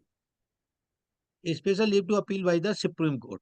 Notwithstanding anything in this chapter, the Supreme Court may, in its discretion, अब grant यही special रुकिए, leave अब to सुप्रीम कोर्ट की appeal. डिस्क्रिशनरी पावर है, इसमें एडमिशन स्टेज हियरिंग होती है। प्रैक्टिकली जब एसएलपी फाइल होती है, चाहे डिपार्टमेंट करे चाहे एसएससी करे, इनकम टैक्स में बता रहा हूं, तो उसमें पहले सुप्रीम कोर्ट नोटिस इश्यू करता है, एडमिशन चेक करता है कि ये एसएलपी में अपनी डिस्क्रिप्शन लगाता है कि ये नोटिस इश्यू करके ये एसएलपी एडमिट करने योग्य है नहीं है। आगे पढ़िए, तो डिस्क्रिशनरी होगी, और इस डिस्क्रिशनरी के ऊपर भी इनकम टैक्स में एक सुप्रीम कोर्ट का ऑर्डर आप सब नोट कर लीजिए, धीरज लाल गिरधारी लाल 26 ITR 5 जजमेंट, कि कैसे आर्टिकल 136 का स्कोप डिसाइड होगा। डिस्क्रिशनरी पावर क्यों दी गई? एक मिनट राजेश भाई बताइए, इन्होंने सुप्रीम कोर्ट के ऊपर क्यों छोड़ दिया कि कैसे, क्यों कि किसी मैटर में एसएलपी देनी नहीं देनी, क्यों छोड़ा सुप्रीम कोर्ट के ऊपर? Grant special leave to appeal from, एक मिनट, क्यों छोड़ा? बहुत सारे लोगों की हम एसएलपी फाइल करते हैं, आपको पता है राजेश भाई, और जो कि उसमें लोग पूछते हैं कि गोयल साहब क्या होगा इसमें, हमारे मुंह से एक वर्ड निकलता है, इट ऑल डिपेंड्स। जिसके सामने आपके एसएलपी जा रही है, जज साहब इसको कैसे देखते होंगे? पर इसका एक सही सीरियस बात। क्वेश्चन है कि ये डिस्क्रिशनरी पावर इसलिए दी गई है संविधान मेकर ने, उन्होंने जजेस की कंसेंस में एक भरोसा जाहिर किया कि जुडिशियल कंसेंस ऑफ द जज कंसर्न, कि वो अपनी कंसेंस से प्रॉपरली डिसाइड करेगा कि ये एसएलपी में एडमिट करना है नहीं करना है, इसलिए डिस्क्रिशन वर्ड यूज किया है। आगे पढ़िए, अब पढ़िए। Grant special leave to appeal from any judgment, अब एनी डिक्री, एनी कोई भी, any judgment, any decree, any determination, any sentence, any order, 5 चीजें होगी, judgment, decree, determination, sentence, order. Order final भी हो सकता है, इंटरिम भी हो सकता है, इंटरलॉक्टरी भी हो सकता है, फर्स्ट भी हो, मतलब आप समझ रहे हैं? Any judgment, any decree, any determination word भी आ गया। और किसके द्वारा पास राजेश भाई? इन एनी कॉज और मैटर। फिर अगला पॉइंट, किसी भी कॉज में, जी, मतलब, passed or made by any court or tribunal in the territory of और India. कोर्ट के साथ ट्रिब्यूनल वर्ड, तो 4 इसकी हाईलाइट है। एक नॉट विथस्टैंडिंग वर्ड, डिस्क्रिशन, ये 5 किस क्या subject matter? Judgment, decree, determination, sentence, order in any cause और matter passed by any tribunal or court. तो ये आपको पता है। अब मैं पढ़ता हूं जस्टिस चंद्रचूड़ ने क्या लिखा है इसके बारे में। अब ध्यान से सुनिए राजेश भाई, कमाल की 5 लाइनें हैं। The framers entrusted the Supreme Court with unique power of oversight. Oversight का मतलब होता है निगरानी। Article 136 of the Constitution allows parties to appeal any order passed by a court or tribunal in India directly to the Supreme Court. While ultimate access to the court is subject to an admission stage hearing, which determines whether leave to appeal will be granted, the design of Article 136 has an important consequence. क्या राजेश भाई, बड़ी ध्यान से सुनना, ये practical बात बताओ, मेरे को तो पता भी नहीं थी, मेरे को तो चंद्रचूड़ साहब के इससे पता चली। From an access to justice perspective, the scope of Article 136 is even broader than Article 32. Chandrachud साहब कह रहे हैं, अगर आप न्याय के एक्सेस के पॉइंट ऑफ व्यू से देखो तो आर्टिकल 32 से ज्यादा पावरफुल आर्टिकल 136 है। From access to justice perspective, कितनी बड़ी इंपॉर्टेंट बात है। क्यों? Because it allows any party in any matter to approach Supreme Court. Therefore from justice perspective, access to justice perspective, this article 136। अब हम जब कोई केस, कोई डिपार्टमेंट हार जाता है, एसएससी हार जाता है, और उसको सुप्रीम कोर्ट में एसएलपी फाइल करनी होती है, और आर्टिकल 136 में जाती है वो एसएलपी, और इसलिए उसको समझना बहुत जरूरी है राजेश भाई। ये जैसे जस्टिस चंद्रचूड़ ने बोला, ये एक्सेस टू जस्टिस का पार्ट है, ये ओवरसाइट का पार्ट है संविधान में, कॉन्स्टिट्यूशनल ओवरसाइट। आगे पढ़ते हैं।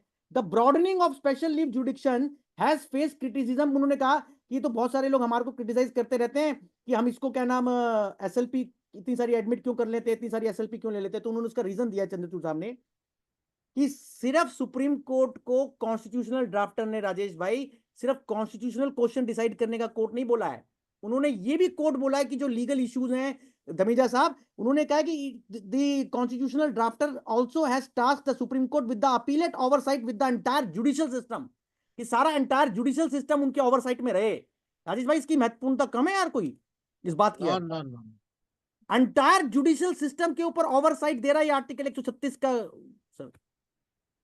जस्टिस ऋषिकेश रॉय बड़े कमाल के जज हैं, वो लिखते हैं, जब है वो बड़ा म्यूजिक, जैसे भी क्या हुआ कि कोई आदमी न्यूज में आ रहा था, कोई केस हार गया जब, तो उन्होंने कहा साहब मुझे और बोलने दो, तो उन्होंने कहा चलो छोड़ो, तुम्हारा केस तो खत्म हुआ, अब क्रिकेट की बात करते हैं, मूड के जैसा।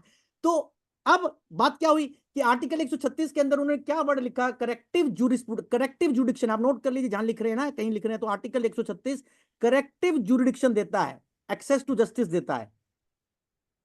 डिस्क्रिशनरी जरूर है, डिस्क्रिशन किसके हिसाब से? Judicial conscience of the court.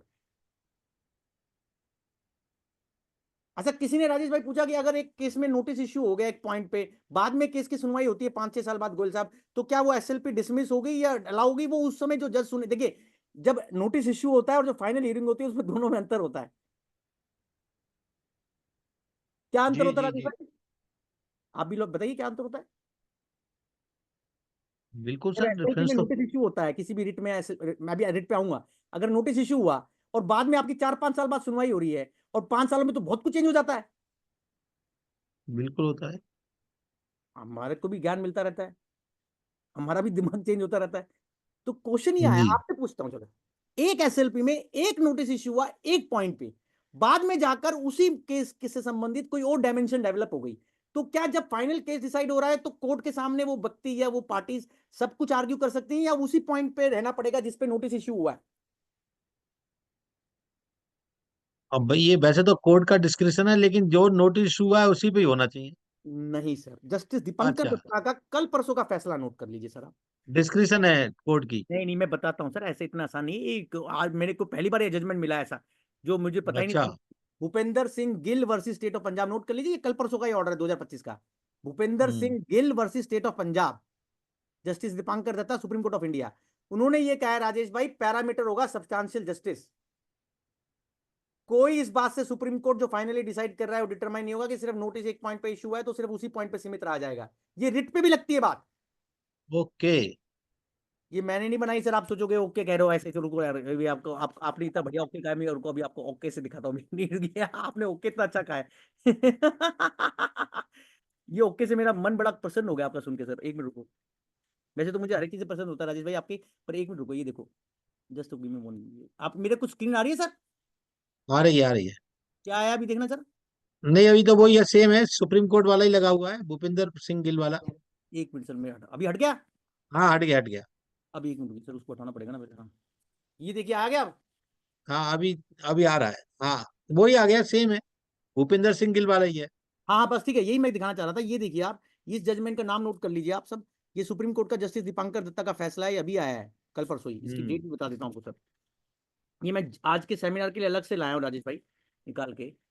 183/2025। हाँ, इसकी डेट देखिए कौन सी है, 20 जनवरी 20 2025। जनवरी आज क्या तारीख है? आज 22 है। हाँ तो ठीक है, ये मैंने मेरे ऑथेंटिकेटेड है सुप्रीम कोर्ट की वेबसाइट पे, कोई सोचे ना कि गोयल साहब को कहाँ से मिल गया। लोग मेरे बारे में उल्टा पुल्टा सोचने लग जाते हैं कि इनको पता नहीं कहाँ से पता लग गया ऑर्डर है। हम्म। मैंने नहीं, ये सुप्रीम कोर्ट की वेबसाइट पे उपलब्ध है सर, ऑन लाइटर साइड। आप पढ़ना राजेश भाई, पैरा 19 पढ़ना जरा, जो बात मैं कह रहा था वो आपको समझ में आ रही। Para 19। Even otherwise, issuing limited notice at the stage of admission does not bar a constitutional court having inherent power to pass such order as the justice of the case before it demands हाँ, to enlarge the scope पूरा इन्होंने लिखा है of इसके a ऊपर राजेश भाई, petition of मैं public appeal at हाँ, the stage of final hearing. तो इन्होंने पूरा इसको समझाया है।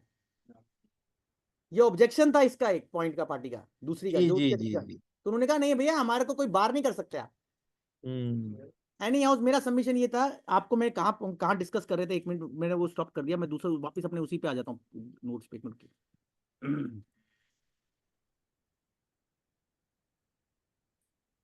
हम्म, आ गया राजेश भाई।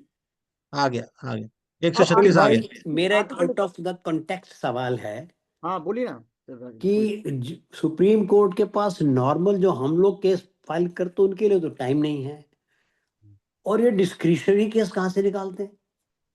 नहीं ओनली ये for my knowledge. and I appreciate this question, sir. It has a sense. You are right. Due to this case court becoming very overloaded with the cases, and judges are जो भी strength है उस हिसाब से वो काम कर रहे हैं, और प्रेशर बहुत ज्यादा है, लिटिगेशन बहुत ज्यादा है।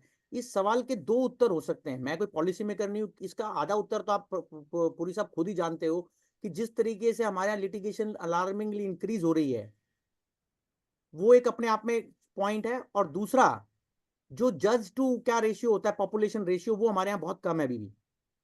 आप देखिए जो कई बार आती है बड़े बड़े एकेडमिशियंस की बात, इसलिए उसको उस क्वेश्चन को आप सेकंड वाले पॉइंट से भी कोरिलेट करिए कि हमारे यहाँ जो पॉपुलेशन का रेशियो, जज का रेशियो है, वो बिगड़ा हुआ है, कम है हमारे यहाँ। इसीलिए वो क्वालिटी जजमेंट्स भी नहीं आ रहे, डिस्पोजल की क्वालिटी भी नहीं है। इसीलिए वो जुडिशियल रिव्यू की जो क्वालिटी होनी चाहिए वो हो नहीं रही है। अभी मैं आ रहा हूं, एक मिनट मुझे दीजिए थोड़ा सा, मैं आपकी बात समझ गया, उसको फैक्टर करूंगा मैं आगे। आर्टिकल 136 समझ में आ गया राजेश भाई? जी आर्टिकल सर, जी सर। आर्टिकल 136 समझ में आ गया सर? पर आर्टिकल बिल्कुल। 136 कोई कोई कोई स्पेशल ली पिटीशन बोलता है, कोई कहता है ये स्पेशल लक पिटीशन है, लाइटर साइड पे। कोई कहता है ये एसएससी का लक के ऊपर है, वो तो मैं इसको ऐसे नहीं कहता हूं, मैं इसको दूसरे एंगल से कहता हूं। मैं इसको कहता हूं धमीजा जी, प्रारब्ध है एसएससी का, लिटिगेशन। आपको जीत मिलेगी हार मिलेगी कन्हैया ही जानते हैं, है राजेश भाई? जी सर, जी सर, जी कन्हैया के सर। अलावा कोई नहीं जानता है। आर्टिकल 32 हो गया, आर्टिकल 136 हो गया, आर्टिकल 226 और 227 पे आते हैं सर, जो अपने आप में समुंदर हैं दोनों। रिट पिटीशन की पावर है हाईकोर्ट के पास। आज की तारीख में सबसे ज्यादा न्यायपुरी साहब, ये पहले भी हमने कई बार डिस्कस किया जब हमने रेमेडीज की बात करी थी, मैं आज दोबारा डिस्कस कर रहा हूं। जुडिशियल रिव्यू का पार्ट है आर्टिकल 226 एंड आर्टिकल 227। राजेश भाई आर्टिकल 226 क्या है? Power of high court to issue certain writs. अब पढ़िए, अब ये पावर ऑफ हाईकोर्ट मतलब हर एक हाईकोर्ट को पावर दी गई है संविधान के अंदर, कॉन्स्टिट्यूशनल जी। कोर्ट के नाते वो रिट इशू कर सकती हैं। अब इसको पढ़िए जरा राजेश भाई, अब थोड़ा मेरे साथ ध्यान से, धीरे धीरे सब। Not with standing anything article 32 अब 32(3). मतलब इसने आर्टिकल 32 को ओवरराइड मतलब आर्टिकल 32 क्या पढ़ के आए थे आप? फंडामेंटल राइट के लिए डायरेक्ट सुप्रीम कोर्ट जा सकता है, बट ये कह रहा है 226 even without 32 a person can come in article 226। उसका स्वागत है, आगे पढ़िए। Every high court, Every high court shall have power हाँ बस throughout the एक territories. Minute, every high court shell have power मतलब उसके पास पावर होगी, शैल ये कॉन्स्टिट्यूशनल पावर होगी, कॉन्स्टिट्यूशनल पावर भी होगी। और पावर का मतलब क्या है पुरी साहब? Power comes with duty.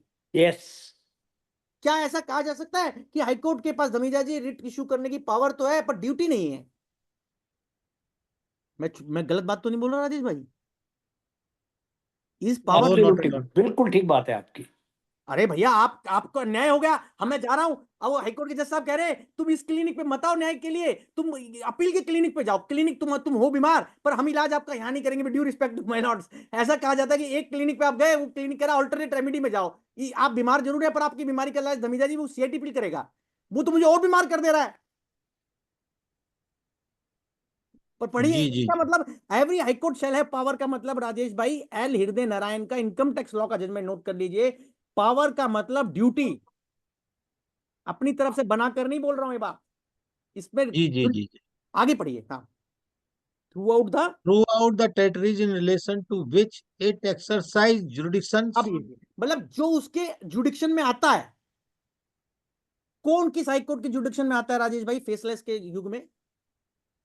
जैसे आपका एक कोई क्लाइंट है राजेश जी, वो दिल्ली जी, का एसएससी है, मतलब दिल्ली में उसको पैन मिला हुआ है, दिल्ली उसका रेजिडेंशियल एड्रेस है और बिजनेस एड्रेस है, और उसका कोई फेसलेस असेसमेंट होता है या फाओ कोई उसको करता है, नोटिस इशू करता है, असेसमेंट करता है इनकम टैक्स में, और वो कहीं का भी होता है, तो उसका जी. टेरिटोरियल जुडिक्शनल हाईकोर्ट कौन सा होगा? दिल्ली हाई कोर्ट किस बेस पे कहा आपने? पेन बेस पे. जो पेन बेस रेजिडेंस पे. ऑफ द आप एसएससी, एक कागज लेके नहीं नहीं सर ऐसे नहीं, ये चीटिंग हो जाएगी। लिखिए, आपने कहा कपिल भाई पेन बेस पे, अभी मुकरिएगा मत, सॉरी ये बड़ा इंटरेस्टिंग चीज पूछ रहा हूं मैं, ऐसे नहीं कर रहा कि कोई अच्छा, अच्छा, अगला अच्छा. अगला आगे चलिए। आप कोई और सवाल पुरी साहब, आप कोई वेरिएंट ऐड करना चाह रहे हैं? नहीं मैं ये कह रहा हूँ बेस्ड ऑन हिज रेजिडेंस।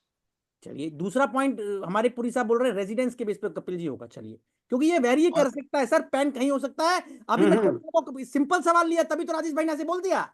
मान लीजिए किसी का पेन कहीं है, रेजिडेंस और कहीं है, और उसका कॉर्पोरेट रजिस्टर्ड ऑफिस कहीं है, मतलब उसका बिजनेस व्यवसाय कहीं है, तो और उसका फेसलेस है वो कहीं है, चार अलग अलग जगह है, तो कौन सा हाईकोर्ट होगा?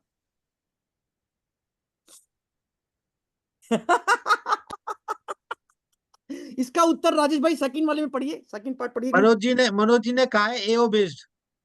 हाँ मनोज जी ग्रेट इंटेलिजेंट इंसान है, उनको मेरी तरफ से साधुवाद, राधे राधे। वो पार्टली ठीक है कि वो, क्योंकि वो जो बात बोल रहे हैं वो जस्टिस पीएस नरसिम्हा का एक ऑर्डर है, एबीसी पेपर लिमिटेड 446 आईटीआर पन्ना नंबर 1 नोट कर लीजिए। जस्टिस नरसिम्हा का 3 जज बेंच का सुप्रीम कोर्ट का फैसला है कि जनरली एओ की सीट डिटरमाइन करेगी, बट एक, हाँ पर पैरा 2 पढ़िए आर्टिकल 226 क्योंकि हम संविधान पढ़ रहे हैं, जजमेंट से बोर नहीं करना चाहता आपको जजमेंट पढ़ा के ज्यादा। 2 पढ़िए राजेश भाई। टू हाँ। इशू टू एनी पर्सन और अथॉरिटी. राजेश भाई अभी उसको वहीं छोड़ दीजिए, एक मिनट हम इसी क्लॉज पे, throughout the territories in relation to which excise jurisdiction से संबंधित, ये वाला आर्टिकल बड़ा इंपॉर्टेंट है, सब आर्टिकल 2 ये पढ़िए साथ में। नीचे वाला पढ़ू. हाँ the power conferred by clause 1 to issue direction, order or writs to any government authority or person may also be exercised by any high court exercising jurisdiction in relation to the territories within which the cause of action wholly or in part arises for the exercise of such power notwithstanding that the seat of such government or authority or the residence of such person is not within those territories. मैंने ये article 226 का सब article 2 का original text पढ़ रहे हो आप। इसका मतलब ये है कि जहां आपकी सीट है ए वाली, जरूरी नहीं है आप वहीं, आपके पास ऑप्शन दे दी उसने अफेक्टेड पर्सन के पास। अब पढ़ो दोबारा इस लाइन में राजेश भाई कि आप उस हाईकोर्ट में भी जा सकते हैं। अथॉरिटी में ऑल्सो भी exercise by any high court in relation to territories जहां पर आपका कॉज ऑफ एक्शन अराइज हो। इसका प्रैक्टिकल एग्जांपल लीजिए कि जहां जैसे हो सकता है कि आपकी एओ की सीट कहीं हो और आपका कॉज ऑफ एक्शन अराइज और कहीं हुआ है, तो आपको आर्टिकल 226 1 और 2 साथ मिलाकर पढ़ेंगे तो पूरी साहब इसका मतलब ये निकल के आया, वो आपको ऑप्शन दे रहा है। मैं जिसे पढ़ रहा हूं, मेरी गलत भी हो सकती है रीडिंग, करेक्ट नहीं, मैं तो अभी मेरे को सारा जूरिस्प्रूडेंस पता है, मैं उससे बोर नहीं कर रहा। पर आप दोनों को ओरिजिनली पढ़ेंगे तो आप भी मेरे साथ हो जाएंगे कि हाँ ये, वरना 2 का सेंस क्या बनेगा राजा भाई, 2 रिडंडेंट हो जाएगा। मगर कपिल भाई वो कह रहे हैं may also be exercised, may also be. पूरी साहब ये तो आप मान रहे हैं कि 2 अभी भी है? हाँ जी बिल्कुल है। और 2 रिडंडेंट नहीं हो सकता, नहीं हो सकता। और 2 1 के बाद है। अगर 2 की 1 में ही सब कुछ है तो 2 की जरूरत ही नहीं थी। मैं तो ये ढूंढने की कोशिश कर रहा हूं कि 2 का मीनिंग कहां रहेगा। यही सर सवाल चल रहा है राजेश भाई। आदि हमारी जूरिस्प्रूडेंस अभी इसी बात पे अभी भी अटकी हुई है, झूल रही है कि कुछ जजेस कहते हैं कि नहीं फॉरम कन्वीनियंस है, हाईकोर्ट की डिस्क्रिशन है, वो कॉज ऑफ एक्शन चेक करेगी कहां राइज हो रहा है। जैसे ईडी कहीं पर किसी आदमी को दिल्ली में रहता है, उसकी झारखंड में जाके एफआईआर दाखिल कर दी तो झारखंड, तो cause of action Jharkhand rise हो गया, झारखंड में रहा है, बिल्कुल झारखंड में राइज होगा। और वो आदमी दिल्ली का है और वैसे उसकी जुडिक्शन दिल्ली की हो गई। ये भाई इसका पर्पस था पुरी साहब, पहले ये 2 शुरू से नहीं था, बाद में डाला गया ये। तो इसलिए राजेश भाई आपको मैंने इसलिए रोका बीच में। नॉट विथस्टैंडिंग एनीथिंग, आप पढ़ना भी, notwithstanding anything contain in article 32 पहला लाइन था आर्टिकल 226 के 1 का। Every high court shall have power, मैंने आपको क्लैरिफाई कर दिया, throughout the territories in relation to which it exercise jurisdiction. Normally ये बात सही है कि एओ वाइज होनी चाहिए, बट 2 का मीनिंग यही है कि कॉज ऑफ एक्शन को भी देखा जाना चाहिए। अब आगे पढ़िए राजेश भाई, to issue to any person, क्या To issue to any person or authority, including in appropriate cases, any government within those बस एक भाई ये लाइन इस पे फोकस करते हैं राजेश भाई, बहुत इंपॉर्टेंट लाइन है विदिन, ये within to issue to any person और अथॉरिटी। ये रिट किसके खिलाफ इशू हो सकती है राजेश भाई? प्राइवेट पर्सन के खिलाफ भी हो सकती है। इसका मतलब तो यही आता है, काम उसका गवर्नमेंट अथॉरिटी वाला होना चाहिए। रिट हाँ। कैन बी इशूड फॉर, मतलब generally for private contractual things. Writ can be issued only for, मतलब जिसमें स्टैट्यूटरी काम, कोई जो उसमें स्टैट्यूटरी फ्लेवर है। Okay okay. Specially writ of mandamus. Not only that sir, वो मतलब वो क्लियर है कि टू एनी पर्सन और authority including in appropriate cases any government. क्योंकि राजेश भाई ये जिस पर्पस के लिए रिट इशू हो रही है वो या तो फंडामेंटल राइट्स के लिए या अदर राइट्स के लिए जो स्टैट्यूट में मिली है और स्टैट्यूटरी वायलेशन के लिए। तो इसलिए जिस आदमी के खिलाफ रिट इशू होगी वो कौन व्यक्ति हो सकता है? वो स्टेट हो सकता है, वो गवर्नमेंट हो सकती है, सीबीडीटी हो सकता है, एओ हो सकता है, फेसलेस असेसमेंट हो सकता है, मिनिस्ट्री ऑफ फाइनेंस हो सकती है, गवर्नमेंट ऑफ इंडिया हो सकती है, यूनियन ऑफ इंडिया हो सकती है। आप नोट कर लीजिए 5-6 बातें मेरे जी कंटेक्ट जी में। जी क्लियर हो गया सर? टू इशू जी टू जी एनी, पर बहुत वाइड है, किसी भी पर्सन, किसी भी authority in any government within those territories क्या क्या क्या क्या इशू कर सकती है? ये 3 चीजें इशू कर सकती है, डायरेक्शंस, डायरेक्शंस, ऑर्डर और रिट्स। इसमें क्या क्या आ गया धमीजा जी? डायरेक्शन, ऑर्डर, रिट में सब कुछ आ गया। बचा ही क्या, सब कुछ आ गया। मतलब हाँ, अरे क्या बात कही आपने, यही तो ब्रिजवासी, क्या बात है सर, बचा ही क्या गोयल साहब।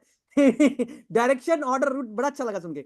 डायरेक्शन का मतलब कुछ भी डायरेक्शन दे सकता है वो, पर वो डायरेक्शन का कोई संवैधानिक बेस होना चाहिए। इसका पर्पस ये था राजेश भाई, इस रेमेडी को इतना वाइड क्यों बनाया गया आपको पता है? इस रेमेडी को इतना वाइड इसलिए बनाया गया है ताकि अगर न्याय लोगों को कहीं पर भी किसी कानूनी उससे प्रक्रिया से प्रॉब्लम हो रही है तो हाईकोर्ट्स को एक स्पेशल पावर ये इसलिए दी गई है संविधान के अंदर कि वो किसी भी तरीके से रिलीफ मोल्ड करके न्याय को सी। इसका अल्टीमेट पर्पस क्या निकल रहा है इस बात का जो आप पढ़ रहे हो? क्या पर्पस है आर्टिकल 226 का? कहां पहुंचना है? इसका गंतव्य क्या है? जैसे मानसरोवर, कैलाश, गंगा सागर, क्या है बाकी बिहारी? बेसिकल तो relieve to the aggrieved person है। मनोज भाई भी ज्वाइन करें, मनोज जान जी, राधे राधे, उनको सर ज्वाइन कर लेना। जैन साहब हमें को मैसेज आया। तो हाँ, क्या कह रहे थे आप पूरी साहब? रिलीफ, अरे क्या बात है, पूरी साहब तो कह रहे हैं रिलीफ मिलना चाहिए। नहीं, मैं ये कह रहा हूँ to give relief to the aggrieved और अफेक्टेड पर्सन। आपने वर्ड यूज किया रिलीफ, मैं उसी पे मैं संकी आदमी हूँ, आपको मेरा नेचर पता है। अभी और संकी हो जाऊंगा धीरे धीरे। तो कहना रिलीफ रिलीफ नहीं है सर, न्याय है, जस्टिस। नोट करिए आर्टिकल 226 का पर्पस जो सुप्रीम कोर्ट ने बताया राजेश भाई, to to go to the last thing, कि किसी तरीके से यह इंश्योर करना है न्याय हो बस।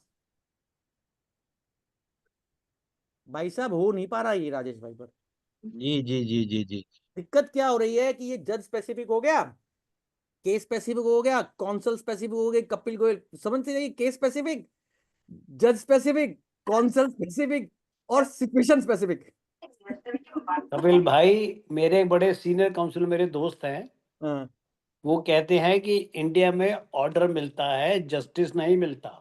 नहीं, पर आपको मैं ये बात थ्योरेटिकली नहीं बता रहा हूँ, मैंने इतनी किताबें पढ़ी पुरी साहब, और अपने नोट्स में भी लिखा है मैंने, बर्नर्ड स्क्वाड्स को भी साइट किया है, और इंडिया के जितने भी लीडिंग जजेस हुए हैं, जस्टिस पतंजलि शास्त्री ने देखिए क्या कहा था सुप्रीम कोर्ट जब बनी थी, तो पतंजलि शास्त्री ने राजेश भाई सुप्रीम कोर्ट के रोल को और हाई कोर्ट के रोल के, कॉन्स्टिट्यूशनल कोर्ट के रोल के बारे में क्या कहा था, ये मैंने कुछ निकाल के लाया हूँ। ये जजमेंट पढ़िए आप, देखिए जरा, पढ़िए जरा क्या लिखा राजेश भाई, ये वाला जजमेंट,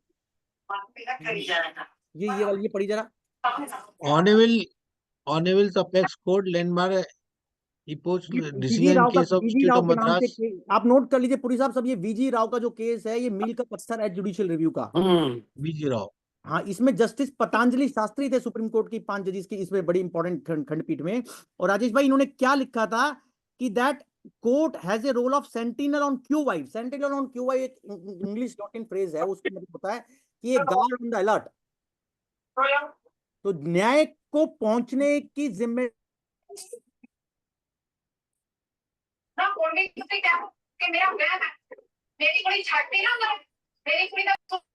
राजेश भाई ये कौन है, उसको म्यूट कर दो प्लीज। कर दिया मैंने, कर दिया, म्यूट कर दिया सर। कपिल भाई का भी सिग्नल चले गए हैं।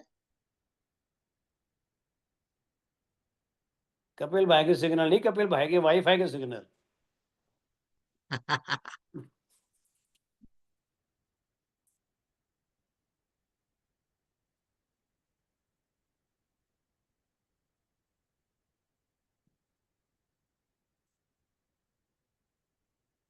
दोबारा रिजॉइन करेंगे कपिल भाई, आ गए। I am there. जी सर, आ गए। थोड़ी सी आपके वो सिग्नल चले गए थे सर। वो ब्रिटिश, वो सॉरी क्या कह रहा था मैं, ये हमारे साथ अन्याय हो गया, हमारी लाइट चली गई थी, पावर कनेक्शन। अभी मैंने उस पे कर लिया अपने मोबाइल के हॉटस्पॉट से, सॉरी। मेरी बात कहाँ था मैं राजेश भाई, मैं उस बात पे था, जस्टिस पतंजलि शास्त्री का मैं जजमेंट बता रहा था, वीजी राव वाला, उस पन्ने पे सेंटिनल ऑन क्यू वाइव का रोल बताया गया है पुरी साहब, कि किसी भी तरीके से न्याय तक पहुंचना है। और आर्टिकल 226 जो पूरा है राजेश भाई, हम जो पढ़ रहे थे, एक मिनट में उसको कंप्लीट कर देते हैं, एक मिनट की देखिए, आ गया आपके स्क्रीन पे दोबारा। जी आ गया। अब ये देखिए, ये सेंट्रल और क्यूआई बोल रहा है। इसके बाद जो दूसरा जजमेंट आई है, मैंने सारी हिस्ट्री 1950 से लेकर पुरी साहब जितने भी आज तक के जजमेंट है चंद्रचूड़ साहब के जुडिशियल रिव्यू के ऊपर, कम से कम 40-50 डिसीजन तो मैंने डाइजेस्ट किए, पर वो 500,000 जजमेंट का मिश्रण है आपके, और मैंने वो पढ़े हैं सारे, तभी मैंने उसको लिखा है एक एक लाइन मार्क करके। इसमें लिखा गया है कि judicial review is the powerful weapon to restrain unconstitutional exercise of power by the legislature and executive. इसके अगले जजमेंट में लिखा, मैं क्विकली चल रहा हूं, कि दैट जुडिशियल, ये 9 जज बेंच का जजमेंट था, आईआर कोहेलो का 9 जज बेंच का, कि ये सारे कॉन्स्टिट्यूशनल राइट्स मीनिंगलेस हो जाएंगे if the violation was not subject to judicial review. जितने भी अधिकार दिए गए राजेश भाई, वो पेपर पे रह जाएंगे अगर उनके लिए कोई जुडिशियल रिव्यू नहीं होगा, आर्टिकल 226, 32, आर्टिकल 136 वाला।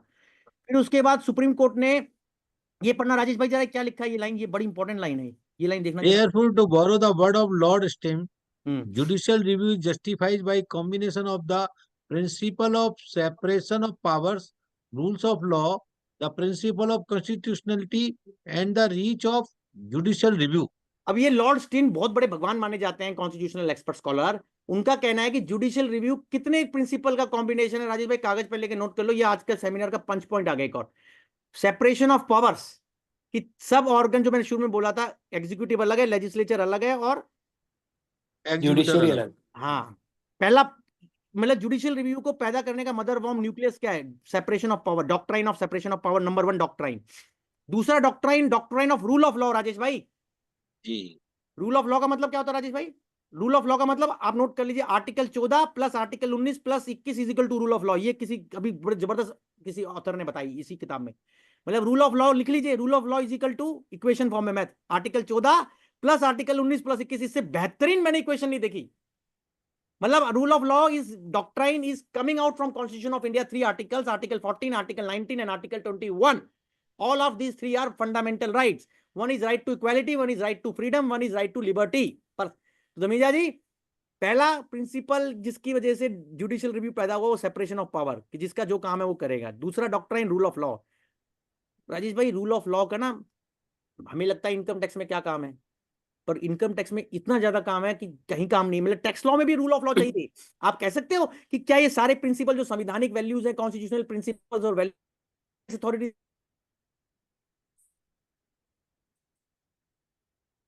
265, आपको मेरी आवाज आ रही है सर? हाँ जी जी sir sir sir. Constitutional provisions में मेरी आवाज आ रही है ना सर प्रॉपरली? हाँ जी, जी हाँ जी जी जी सर, जी हाँ आ जी. रहे हैं. कॉन्स्टिट्यूशनल प्रोविजंस में टैक्स अथॉरिटीज के लिए भी आर्टिकल 265 ऐसा no tax can be collected except by authority of law. पर फंडामेंटल राइट उसके टैक्स अथॉरिटीज के एक्शन पे भी लगता है राजेश भाई. जैसे कोई सर्च कर ले गलत, कोई आपकी प्रॉपर्टी गलत कन्फिस्केट कर ले, सीज कर ले, कोई आप पे गलत टैक्स डिमांड निकाल दे आर्बिट्रेरीली, आर्बिट्रेरी एक्शन कर ले. हमने कई बार पूरी साहब इस बात को समझने की कोशिश. अच्छा, तीसरा पॉइंट कॉन्स्टिट्यूशनैलिटी है राजेश भाई. कॉन्स्टिट्यूशनैलिटी भी जुडिशियल रिव्यू को जन्म दे रही है. जी जी जी. तो मैंने आपको जो बता रहा था, हम कहाँ थे, आर्टिकल 226 पे थे शायद. आर्टिकल 226 राजेश भाई कंप्लीट कर दो हमारे लिए पढ़ के प्लीज, फिर आपको ज्यादा तंग नहीं करेंगे. थोड़ा नहीं आगे. नहीं नहीं, प्लीज प्लीज सर. ये मैं थोड़ा सा इसलिए कह रहा हूँ कि आप पढ़ते हो ना तो और भी इंटरेस्टिंग रहता है फिर सब. वो ऑलवेज सर. राजेश भाई देखना, क्या कहाँ थे हम, क्या किसको इशू कर सकते हैं, to issue to any person authority हमने पढ़ लिया. क्या क्या जी इशू कर सकते हैं, डायरेक्शन, ऑर्डर्स और रिट्स. जी जी. क्या क्या क्या रिट है, देखिए ये पढ़िए जरा. Including 4 writs in the nature of और ये habeas corpus. हाँ, habeas corpus, mandamus, prohibition, quo warranto, certiorari. ये 5 रिट मार्क करिए आप. ये जुडिशियल रिव्यू है. जी जी. क्या क्या, certiorari, mandamus, prohibition, quo warranto और ये habeas corpus. Habeas corpus Rajiv भाई तब होता है जब कोई अरेस्ट हो जाता है और किसी को छुड़वाना हो. हैबियस कॉर्पस का मतलब होता है टू हैव द बॉडी. और ये संविधान में लिखे हैं 5 वर्ड है. ये इंग्लिश फ्रेजेस. हैबियस कॉर्पस का मतलब हुआ पुरी साहब टू हैव द बॉडी, मतलब to get somebody release from the custody of the agency, enforcement agency. ये बेल वगैरह के लिए आर्टिकल 21 से कोरिलेट करेंगे. हैबियस कॉर्पस के ऊपर लिख लीजिए. मैंडामस जो आप बोल रहे थे पुरी साहब, मैंडामस हमारे टैक्स एक्शंस में, सीए वाले काम में या बिजनेस कॉमर्शियल वर्ल्ड में मैंडामस बहुत यूज होती है राजेश भाई. मैंडामस कब होता है राजीव भाई, बताया जरा. मैंडामस कब होता है सरल भाषा में? मैंडामस तब होता है जब किसी स्टैट्यूटरी अथॉरिटी का कोई काम करने का ड्यूटी है और सामने वाले का राइट है और उसका हनन हुआ है. नोट कर लीजिए, there is a duty of statutory authority and there is a right of a person which is being violated, then it gives rise to mandamus. तो आप हाईकोर्ट जाकर मैंडामस मांग सकते हो कि इसको बोलिए अपना काम करे, या इस ऐसा जी ना जी करे. जी. जैसे 148 गलत कर दिया, इनकम एस्केपिंग असेसमेंट नहीं हुआ तो भी दे दिया आपको डी का ऑर्डर, फिट ऑर्डर कर दिया, सैंक्शन मैकेनिकल दे दिया, तो मैंडामस में जा सकते हो आप. क्यों जा ओके सकते ओके. हो? क्यों? क्योंकि आपका राइट है कि आपका इनकम एस्केपिंग असेसमेंट अगर नहीं है और आपका केस मैकेनिकली रीओपन हुआ है, सैंक्शन दिया गया है, तो पुरी साहब आप मैंडामस फाइल कर सकते हैं. Are you with me? Yes yes. Absolutely. I am giving practical illustration also. Prohibition, prohibition मतलब कोई अपनी जुडिक्शन को और अपनी मर्यादा को, अपनी लक्ष्मण रेखा को क्रॉस कर रही है अथॉरिटी, तो उसके लिए, उसको रोकने के लिए प्रोहिबिशन की रिट भी जा सकती है. को वारंटो क्या है राजेश भाई? को वारंटो मतलब किसी अथॉरिटी के पास कोई ऑफिस है, वो उसका अधिकार है नहीं, जैसे इलेक्शन कमिश्नर या कोई भी ऑफिसर, सीबीआई ऑफिसर, उसका उस ऑफिस के अंदर मतलब जो जिस सीट पे है उस सीट के अंदर उसका प्रॉपर राइट बैठने का है नहीं है, उस सीट को ग्रहण करने का, उसको चेक कराने के लिए को वारंटो फाइल होता है. हमारे से ज्यादा Okay. रिलेटेड नहीं है. कर्शोरियाई क्या है? हमारे से रिलेटेड है मंडामस, प्रोहिबिशन और कर्शोरियाई. हैबियस कॉर्पस भी है जो ईडी का काम करते हैं आप राजेश भाई, और जो जीएसटी अरेस्ट, हैबियस कॉर्पस उनके लिए. कर्शोरियाई क्या है? कर्शोरियाई है कि ये सबसे टिपिकल रिट है. कर्शोरियाई सबसे टिपिकल है कि जहां पर भी जुडिक्शनल वायलेशन हुआ है, नेचुरल जस्टिस वायलेशन हुआ है, वहां सब फाइल हो जाएगा. आगे क्या लिखा राजेश भाई? और any of them for the, किस चीज के लिए फाइल करी जा सकती है? लास्ट पढ़िए जरा. For the enforcement, For the enforcement of any of the right conferred by part 3rd and for any other purpose. अब इसका क्लाइमेक्स ये है sir, and for any other purpose. ये क्या मतलब हुआ? दोबारा पढ़िए. Them for the enforcement of any of the right conferred by part 3rd and for any other purpose. मतलब आर्टिकल 226 ना केवल पार्ट 3 फंडामेंटल राइट की सुरक्षा के लिए, बट किसी और चीज के लिए भी हो सकती है. जैसे आपका आर्टिकल 265 जिसमें right to be tax as per law, article 300 है कि आपकी प्रॉपर्टी कोई भी नहीं कन्फिस्केट हो सकती बिना लॉ के प्रॉपर अथोराइजेशन के। तो ये एनी अदर पर्पस में सारे स्टेचुटरी चीजें कवर हो गई राजेश भाई। इसीलिए आर्टिकल 32 का सुपर एक्सटेंशन है 226। आर्टिकल 32 में तो सिर्फ फंडामेंटल राइट चेक हो सकती हैं, आर्टिकल 226 में ना केवल पार्ट 3 की fundamental right, for any other purpose also is covered है। इस एनी अदर पर्पस ने इसकी बैंडविड्थ को, स्पेक्ट्रम को बहुत वाइड कर दिया है।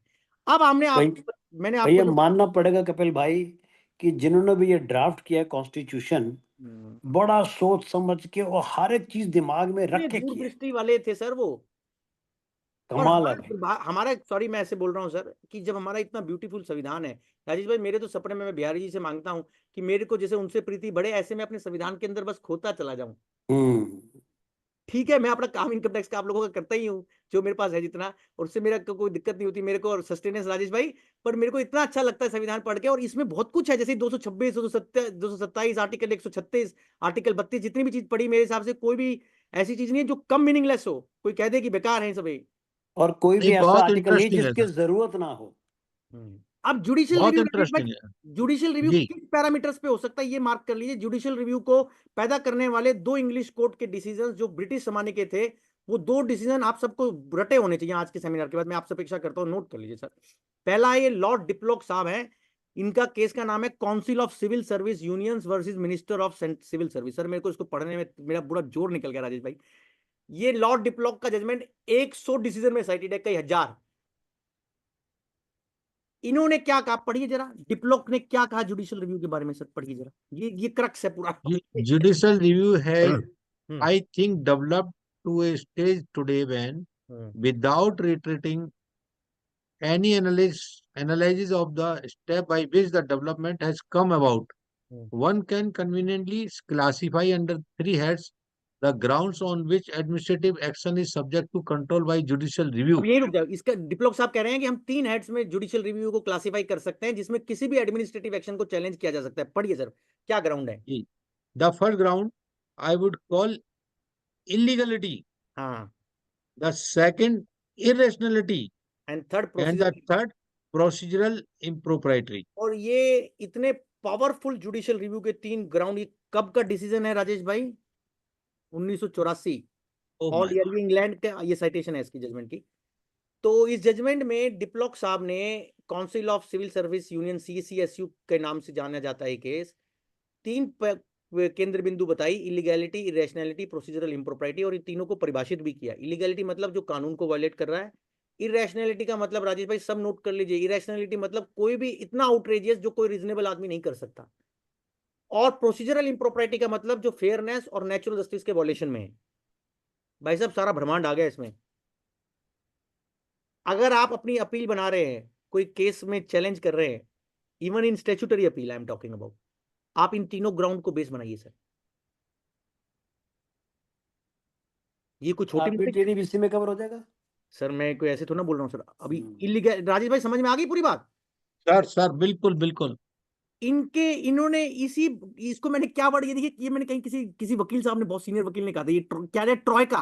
ट्रॉयका का मतलब होता है 3 व्हीकल जिसमें 3 पहिए, ट्रॉयका है।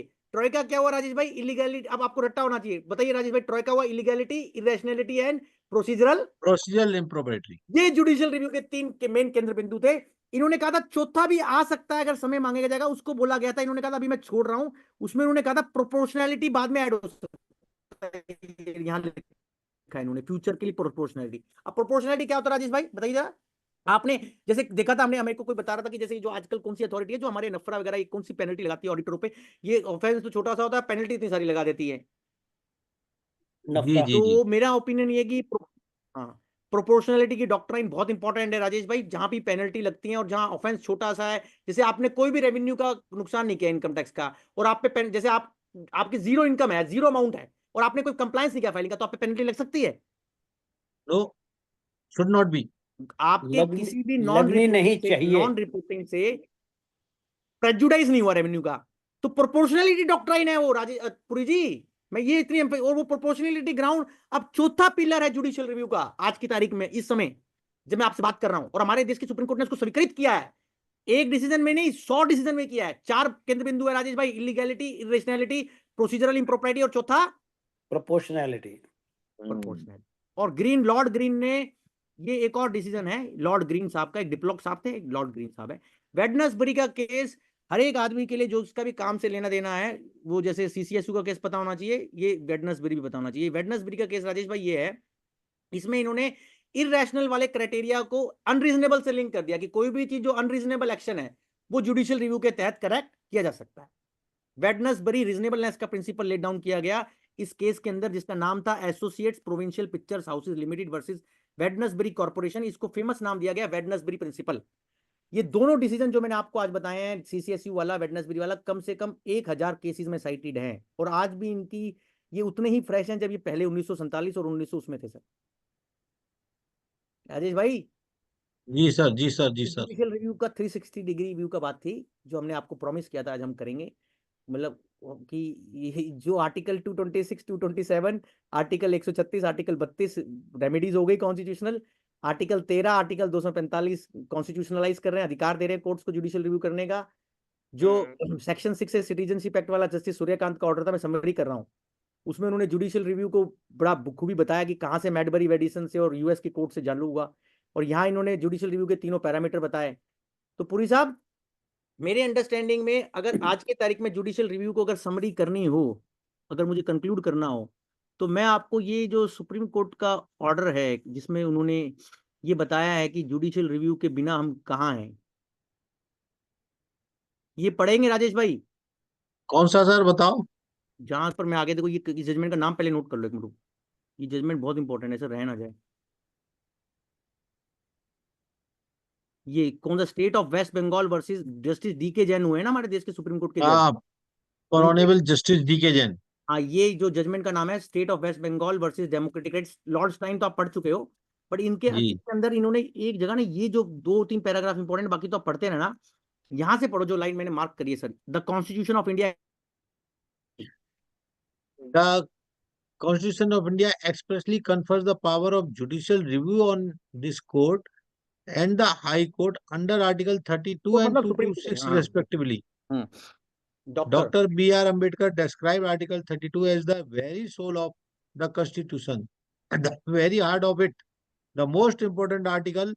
By now, it is well settled that the power of judicial review vested in the Supreme Court and the High Courts under the said articles of the Constitution is an integral part and essential feature of the Constitution, constituting parts of its basic structure. मतलब इसको आज judicial review को राजेश भाई ये दर्जा मिल गया है कि ये कोई अगर 100% भी जिसकी पार्लियामेंट में सीट आ जाए, विद ड्यू रिस्पेक्ट, कोई भी हाँ, आपसे वो कुछ छीन नहीं नहीं। सकता इसको। Yes, yes, yes. आगे पढ़िए। Therefore, ordinarily the power of the High Court and this court to test the constitutional validity of the legislation can never be ousted or even abridged.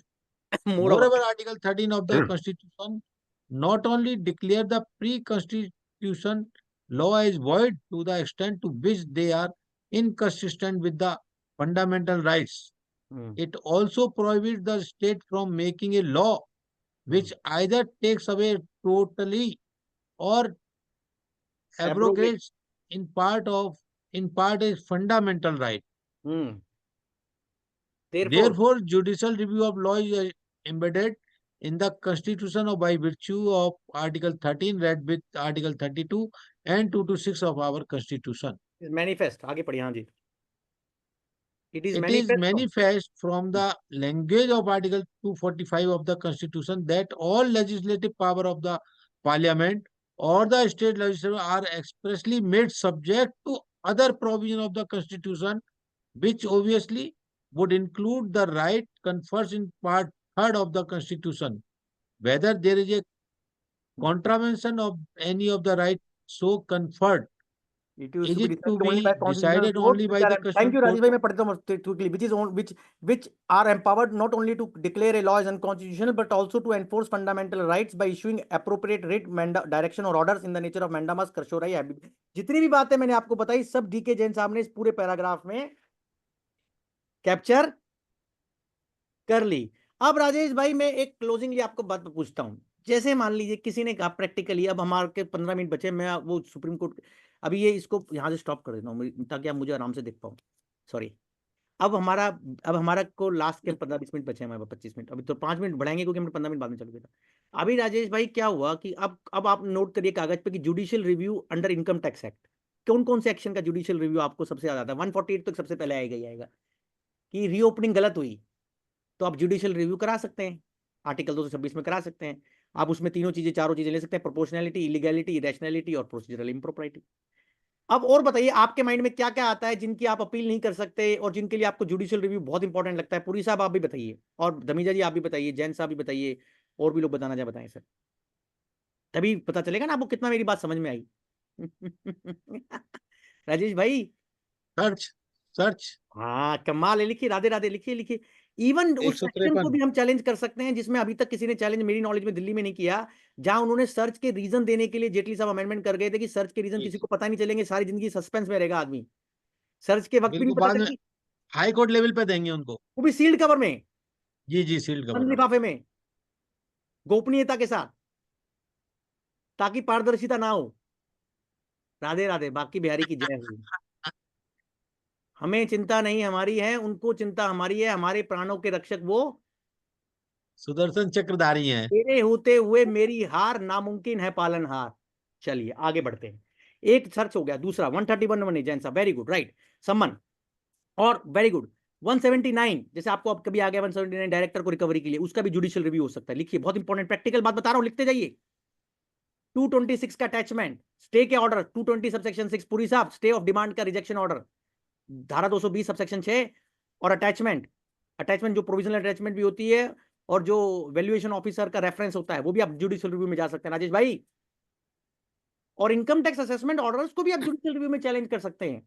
Yes, मेरे हिसाब से कर ही सकते हैं, बिल्कुल। नहीं हो रहे हैं, बहुत सारे कोर्ट्स मानते भी हैं, और मैंने आपको जितनी बात बताई इसलिए मैंने आपको जो बेयर लॉ पूरा पढ़ाया बिना ज्यादा जजमेंट्स के। आप बताइए उसमें क्या निकल के आया आर्टिकल, जो एक तरफ आर्टिकल 13, आर्टिकल 245 और एक तरफ आर्टिकल 226, आर्टिकल 32, आर्टिकल 136, तो स्कीम तो ये निकल के आई ना कि अगर ये 4 मापदंड है, इलीगैलिटी, रैशनैलिटी, प्रोसीजरल इम्प्रोप्राइटी और प्रोपोर्शनैलिटी, तो आप जुडिशियल रिव्यू कर सकते हैं। अगर इनकम टैक्स की असेसमेंट ही हवा में है, नेचुरल जस्टिस का वायलेशन किया हुआ है, उसमें मेरी रिप्लाई कंसीडर नहीं है, उसमें एक, Wherever I have not been heard properly, हाँ जी, my not been given a chance to cross very right, very examination, right Dhamija जी, very right. natural justice, I can go for that. Special In my audit also, humble yes, opinion. Manoj ji, special audit also, summon also, 179 Correct. also, stay of demand also। तो और बताइए पुरी साहब, आप बताइए।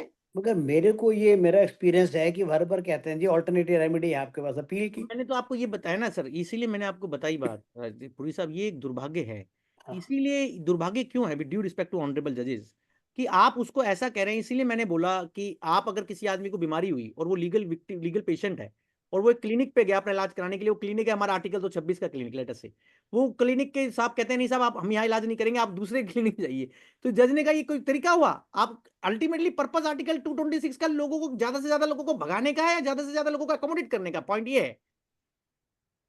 मेरे को देखो राजेश भाई करेक्ट करिए, मेरा ओपिनियन ये है, हम्बल ओपिनियन, आर्टिकल 226 कोई रेयर केस की पावर नहीं है। नहीं जी नहीं जी नहीं जी। नहीं नहीं नहीं नहीं, मनोज जी ये गलत है। वन वन आर्टिकल 14, 19, 21 सिर्फ वो नहीं है, वो तो मैंने पढ़ के बता दिया, for violation of any other purpose लिखा हुआ है उसमें, और उसमें बहुत सारी जूरिस्प्रूडेंस है। बहुत एनी अदर बहुत पर्पस में सब कुछ आ गया, कोई भी स्टैट्यूटरी प्रोविजन को वायलेट करके किसी के ऊपर एक्शन किया गया है वो भी आर्टिकल 220 का पार्ट है। आर्टिकल 32 में नहीं जा सकते आप डायरेक्टली, आर्टिकल 32 में आप सिर्फ सुप्रीम वहां जा सकते हैं फंडामेंटल राइट के लिए, बट आर्टिकल, और सुनिए राजेश भाई, मैं आपको बता रहा था कि even even now which is the very important ground मेरे से रह जाता, आर्बिट्रेरीनेस, नोट करिए जरा, arbitrariness and non application of mind, कहीं कागज में लिख रहे हैं। आर्बिट्रीनेस। आर्बिट्रेरीनेस की डॉक्ट्राइन आज बहुत इंपॉर्टेंट डॉक्ट्राइन है, लोगों को लगता है आर्बिट्रेरीनेस की डॉक्ट्राइन सिर्फ एडमिनिस्ट्रेटिव लॉ की डॉक्ट्राइन है। मैं आपको बड़ी विनम्रता से बता रहा हूं, आर्बिट्रेरीनेस की डॉक्ट्राइन आर्टिकल 14 का संविधान का पार्ट है। इट हैज बीन कॉन्स्टिट्यूशनलाइज्ड, मतलब a person's right to not to be arbitrarily acted upon is protected by article 14 right to equality, because justice PN Bhagwati ने हमारे यहाँ जब ईपी रोयप्पा का ऑर्डर लिखा, आप नोट कर सकते हैं, 2 जस्टिस पीएन भगवती के ऑर्डर, ईपी रोयप्पा और अजय हासिया, ये मैंने पहले भी राजेश भाई कभी बताए होंगे। इस ऑर्डर में मेन पीएन भगवती साहब ने आर्टिकल 14 की डायमेंशन को सबसे ज्यादा खोला कि even arbitrary action, even state legislative action, अगर कोई लॉ आर्बिट्रेरी बनता है, तभी तो शाहरा बानू का डिसीजन आया ट्रिपल तलाक वाला कि अगर कोई एक्शन लेजिस्लेटिव एक्शन भी आर्बिट्रेरी है तो भी वो भी आर्टिकल 14 के तहत स्ट्रक डाउन हो सकता है। इसलिए इलेक्टोरल हो बॉन्ड सकता है। इलेक्टोरल बॉन्ड का ऑर्डर डॉक्टर डीवाई चंद्रचूड़ ने क्यों क्वेश्चन किया इलेक्टोरल बॉन्ड के केस में? तो मेरा कहना यह है कि आप सब नोट कर लीजिए, any executive action, any legislative action, if it is under the umbrella of arbitrariness, it is finished. अच्छा, आप ये बताइए, मैंने आर्बिट्ररी यही कहेंगे किसको? यही मैंने उस वक्त पूछा था कि इलीगैलिटी, इम्प्रॉपर्टी, साथ में आर्बिट्रेरीनेस भी इसके अंदर शुड हैव बीन नहीं, पार्ट मैं ऑफ बताता हूँ कैसे, मैं आपको बताता हूँ कैसे। आप बहुत, ये पूरी सा भी पूछ सकते हैं। आर्बिट्रेरीनेस और इरेशनैलिटी ट्विंस है, नोट कर लीजिए। मैंने नहीं कहा, इसी जजमेंट में मैंने लिख रखा है अपने राइटअप में, आप कंट्रोल एफ डाल के ढूंढेंगे, मिल जाएगा। एक जजमेंट है सुप्रीम कोर्ट का, जस्टिस जीएस वर्मा का, ओके, सुप्रीम कोर्ट का, कुमारी विद्यार्थी के नाम से। उसमें सुप्रीम कोर्ट ने लिखा है राजेश भाई, illegality and arbitrariness are one and the same thing, analogous, twins, you can use either. तो क्योंकि irrationality is something which is outrageous, which nobody can do. Arbitrary क्या है? आर्बिट्ररी के अंदर irrational, capricious, without determining principle, without any sense, without application of mind. अब आप बताइए राजेश भाई, कितने सारे एक्शन, कितनी सारी अथॉरिटी के कितने सारे आर्बिट्ररी एक्शन होते हैं? इसका मतलब वो सारे आर्टिकल 14 से बाउंड है, रिलीफ बंधे किए जा हुए हैं, सकते हैं। नहीं, हिट है हिट है, बिल्कुल बिल्कुल हिट है। वो नहीं। और कोई आदमी कह सकता है कुछ स्टेट कानून की अथॉरिटी, टैक्स अथॉरिटीज, कि हम आर्बिट्ररी कहेंगे और तो भी वो अनकॉन्स्टिट्यूशनल नहीं होगा और वो जुडिशियल रिव्यू में नहीं आएगा, वो उसको आएगा हटा आएगा। दिया जाएगा। यही बात डिस्कस हो रही थी पुरी साहब, कि आप 148 कर रहे हो, आप मेरे को 50 लाख का अमाउंट कम है और जबरदस्ती उसको 50 लाख से टपा दे रहे हो। वो तो आज भी एक ऑर्डर आया है। बाद में 50 लाख से कम पे आ जाते हो गलती मान के, है भाई साहब राजेश जी? जी जी जी जी। और टाइम बार्ड 148 कर रहे हो, धुआंधार टाइम बार्ड 148 कर रहे हो। अरे सर, लोगों के कैश डिपॉजिट जो उसके बाद हुए 2, 2.5, 3 लाख, 4 लाख, 5 लाख, उनको उन्होंने 50-50 लाख की फिगर बना के ऑर्डर पास कर दी। धर्मेंद्र साहब, मेरे एक केस में उसने सर्कल रेट और एक्चुअल कंसिडरेशन दोनों को कंबाइन करके 50 लाख बना बताओ। राधे राधे राधे राधे। वाह जी वाह, तो गुड। ये, इसलिए उनको तो छोड़ दो, डिपार्टमेंट क्या कर रहा है क्या नहीं कर रहा, उसको ये छोड़ तो दो। भजन की लाइन है राजेश नहीं भाई। नहीं, मैं इसी पुरी साहब, वो पुरी साहब ये की बात बात सुन के है कह कि रहा हूँ। When we are discussing the irrationality and हाँ, arbitrariness, तो हाँ जी, ये हाँ जी। these are the very relevant cases where we can always cite or we can और- always take plea on these grounds. और ये हमारे और- दबेजा जी, और आप सोचिए ये इतनी रिच जूरिस्प्रूडेंस है, ये जूरिस्प्रूडेंस कोई Correct. आज इवॉल्व नहीं हुई, इसको 50 साल लगे इन्वॉल्व होने, 100 साल।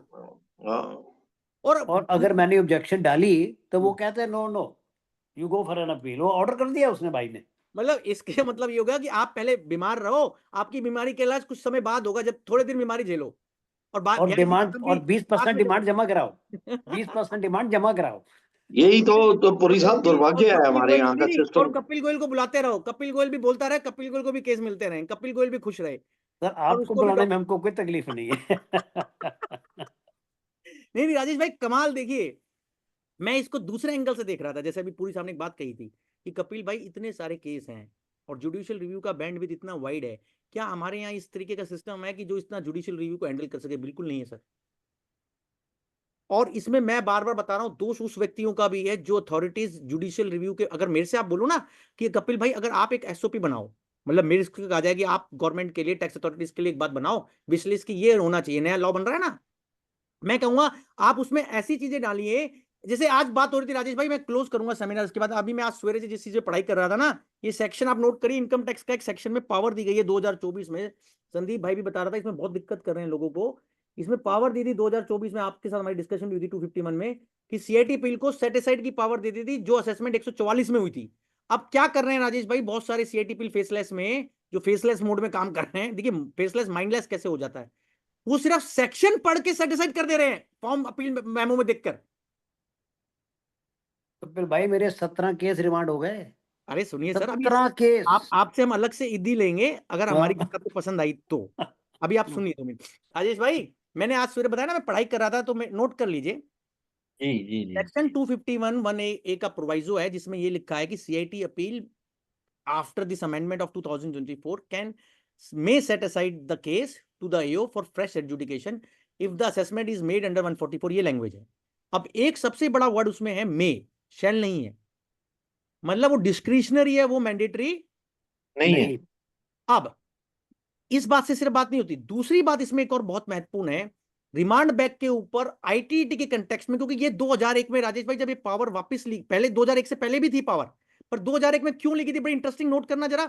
2001 में क्या कहा गया था वापस लेते वक्त, उन्होंने कहा था रिमांड बैक से लिटिगेशन बढ़ रही है और करदाता को भी बड़ा नुकसान हो रहा है और गवर्नमेंट को भी नुकसान हो रहा है, किसी को भी दिक्कत, सबको दिक्कत हो रही है, इसलिए धमीजा जी उन्होंने 2001 के बाद सीआईटी अपील से रिमांड बैक की पावर वापस ले ली। अब 2024 में क्यों दी इनको, वो बड़ा इंटरेस्टिंग है, वो नोट करिए पैराडॉक्स की क्लाइमैक्स।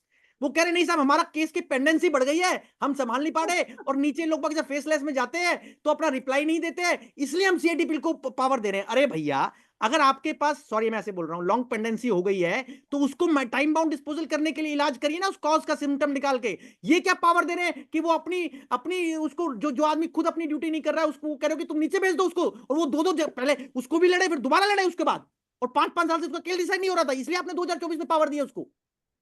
और भाईजान, नहीं, एक मिनट पूरी साहब, please please please sir, you can note, कागज पे लेके आप नोट करो, बड़ी इंपॉर्टेंट बात बता रहा हूं सर मैं, सारी ऐसे नहीं है कि बड़ी may word, discretionary power not shall. दूसरा पॉइंट, 2021 में जब 2001 में जब वापस ली गई थी और 2024 में जब वापस दी गई, उन दोनों में क्या आप कंपैरिजन करिए। तीसरी बात, रिमांड बैक के ऊपर आईटीटी के कंटेक्स्ट में एक से ज्यादा दर्जन आईटीटी के ऑर्डर, हाईकोर्ट के ऑर्डर्स हैं, सुप्रीम कोर्ट के, जो ये कहते हैं कि रिमांड का, मैं सबका क्रक्स बता रहा हूं, remand can not be done in those cases where already all facts are available on record and no further fresh investigation is required. अब सोचिए, अगर किसी की अपील 144 असेसमेंट की भी फाइल्ड है, पर उसमें जुडिशियल इश्यूज है धमीजा जी, और उसने जबरदस्ती 144 सेक्शन लिख दिया, मेरे हाथ में थोड़ी ना लिखना, और मैंने सब कुछ दिया था उसको, तो भी उसने 144 में असेसमेंट कर दी, तो क्या मेरा केस सेटिस्फाइड हो जाएगा क्या? कितना इरेशनल होगा ये, और इसमें जुडिशियल रिव्यू नहीं होगा हाईकोर्ट में।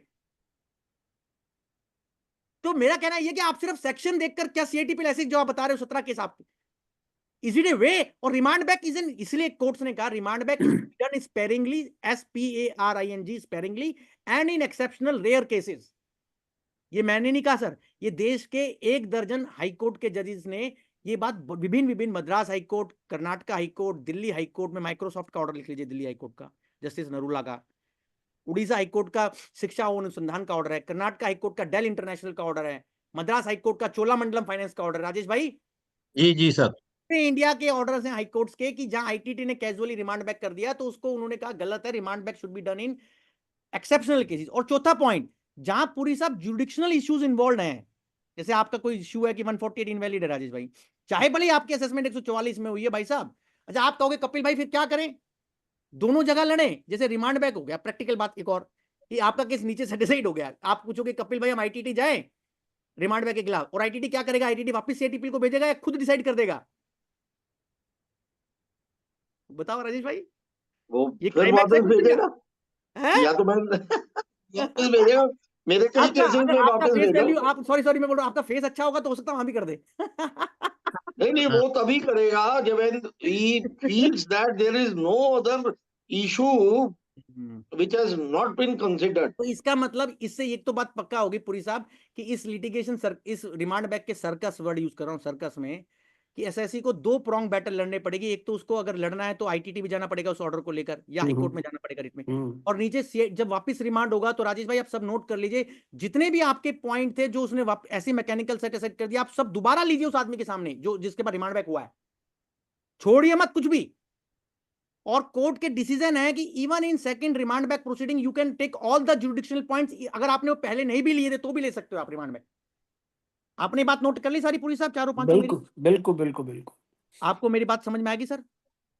कपिल भाई, मेरे एक ट्राइब्यूनल में केस आर्गू कर रहा था, कहते रिमांड कर देते हैं, मैंने कहा जी हाथ जुड़वा लो, मैं 2 साल बाद फिर आपके सामने खड़ा हूंगा, और then they decided the case. But ये जो राजेश भाई देखो कितना गलत हो रहा है, मैं इसको समझ रहा था कि जब सिर्फ आप मेरे फॉर्म 35 के अंदर जिस सेक्शन में मेरी अपील फाइल्ड है, असेसमेंट ऑर्डर हुआ है, उसको पढ़ के कैसे आप मैकेनिकली सेटिस्फाइड कर सकते हैं?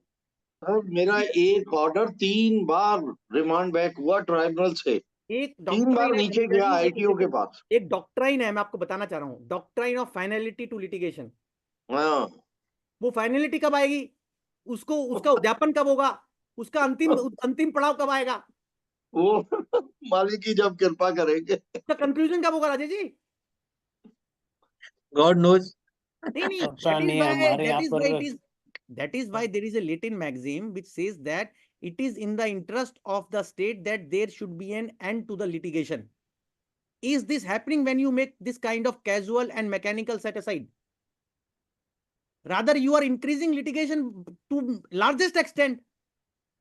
Why not that person who is given the duty to और हमारे यहाँ इनकम टैक्स में सर, हाँ सॉरी रह जाएगा पुलिस साहब, हमारे यहाँ सीएटीपी की पोजीशन एक कोटरमिनस पोजीशन है ईओ की तरह, वो कोई सिर्फ अपीलेट अथॉरिटी नहीं है, वो एनहांस भी कर सकता है। हाँ, तो उसका रोल है कि वो पूरे ग्राउंड डिसाइड करे और मेरे को जो मेरी राइट इनकम है उसको डिटरमाइन करे। धमीजा जी वो इधर उधर बाई अपनी बक पासिंग करने वाला काम ना करे, जैसे पासिंग द बक होता है या म्यूजिकल चेयर में होता है। अच्छा, इसमें एक इशू और आ रहा है, अब ये जा रहा है जाओ के पास, हाँ जी, वो जाओ से यहाँ से फोन आ रहे हैं, आ जाओ।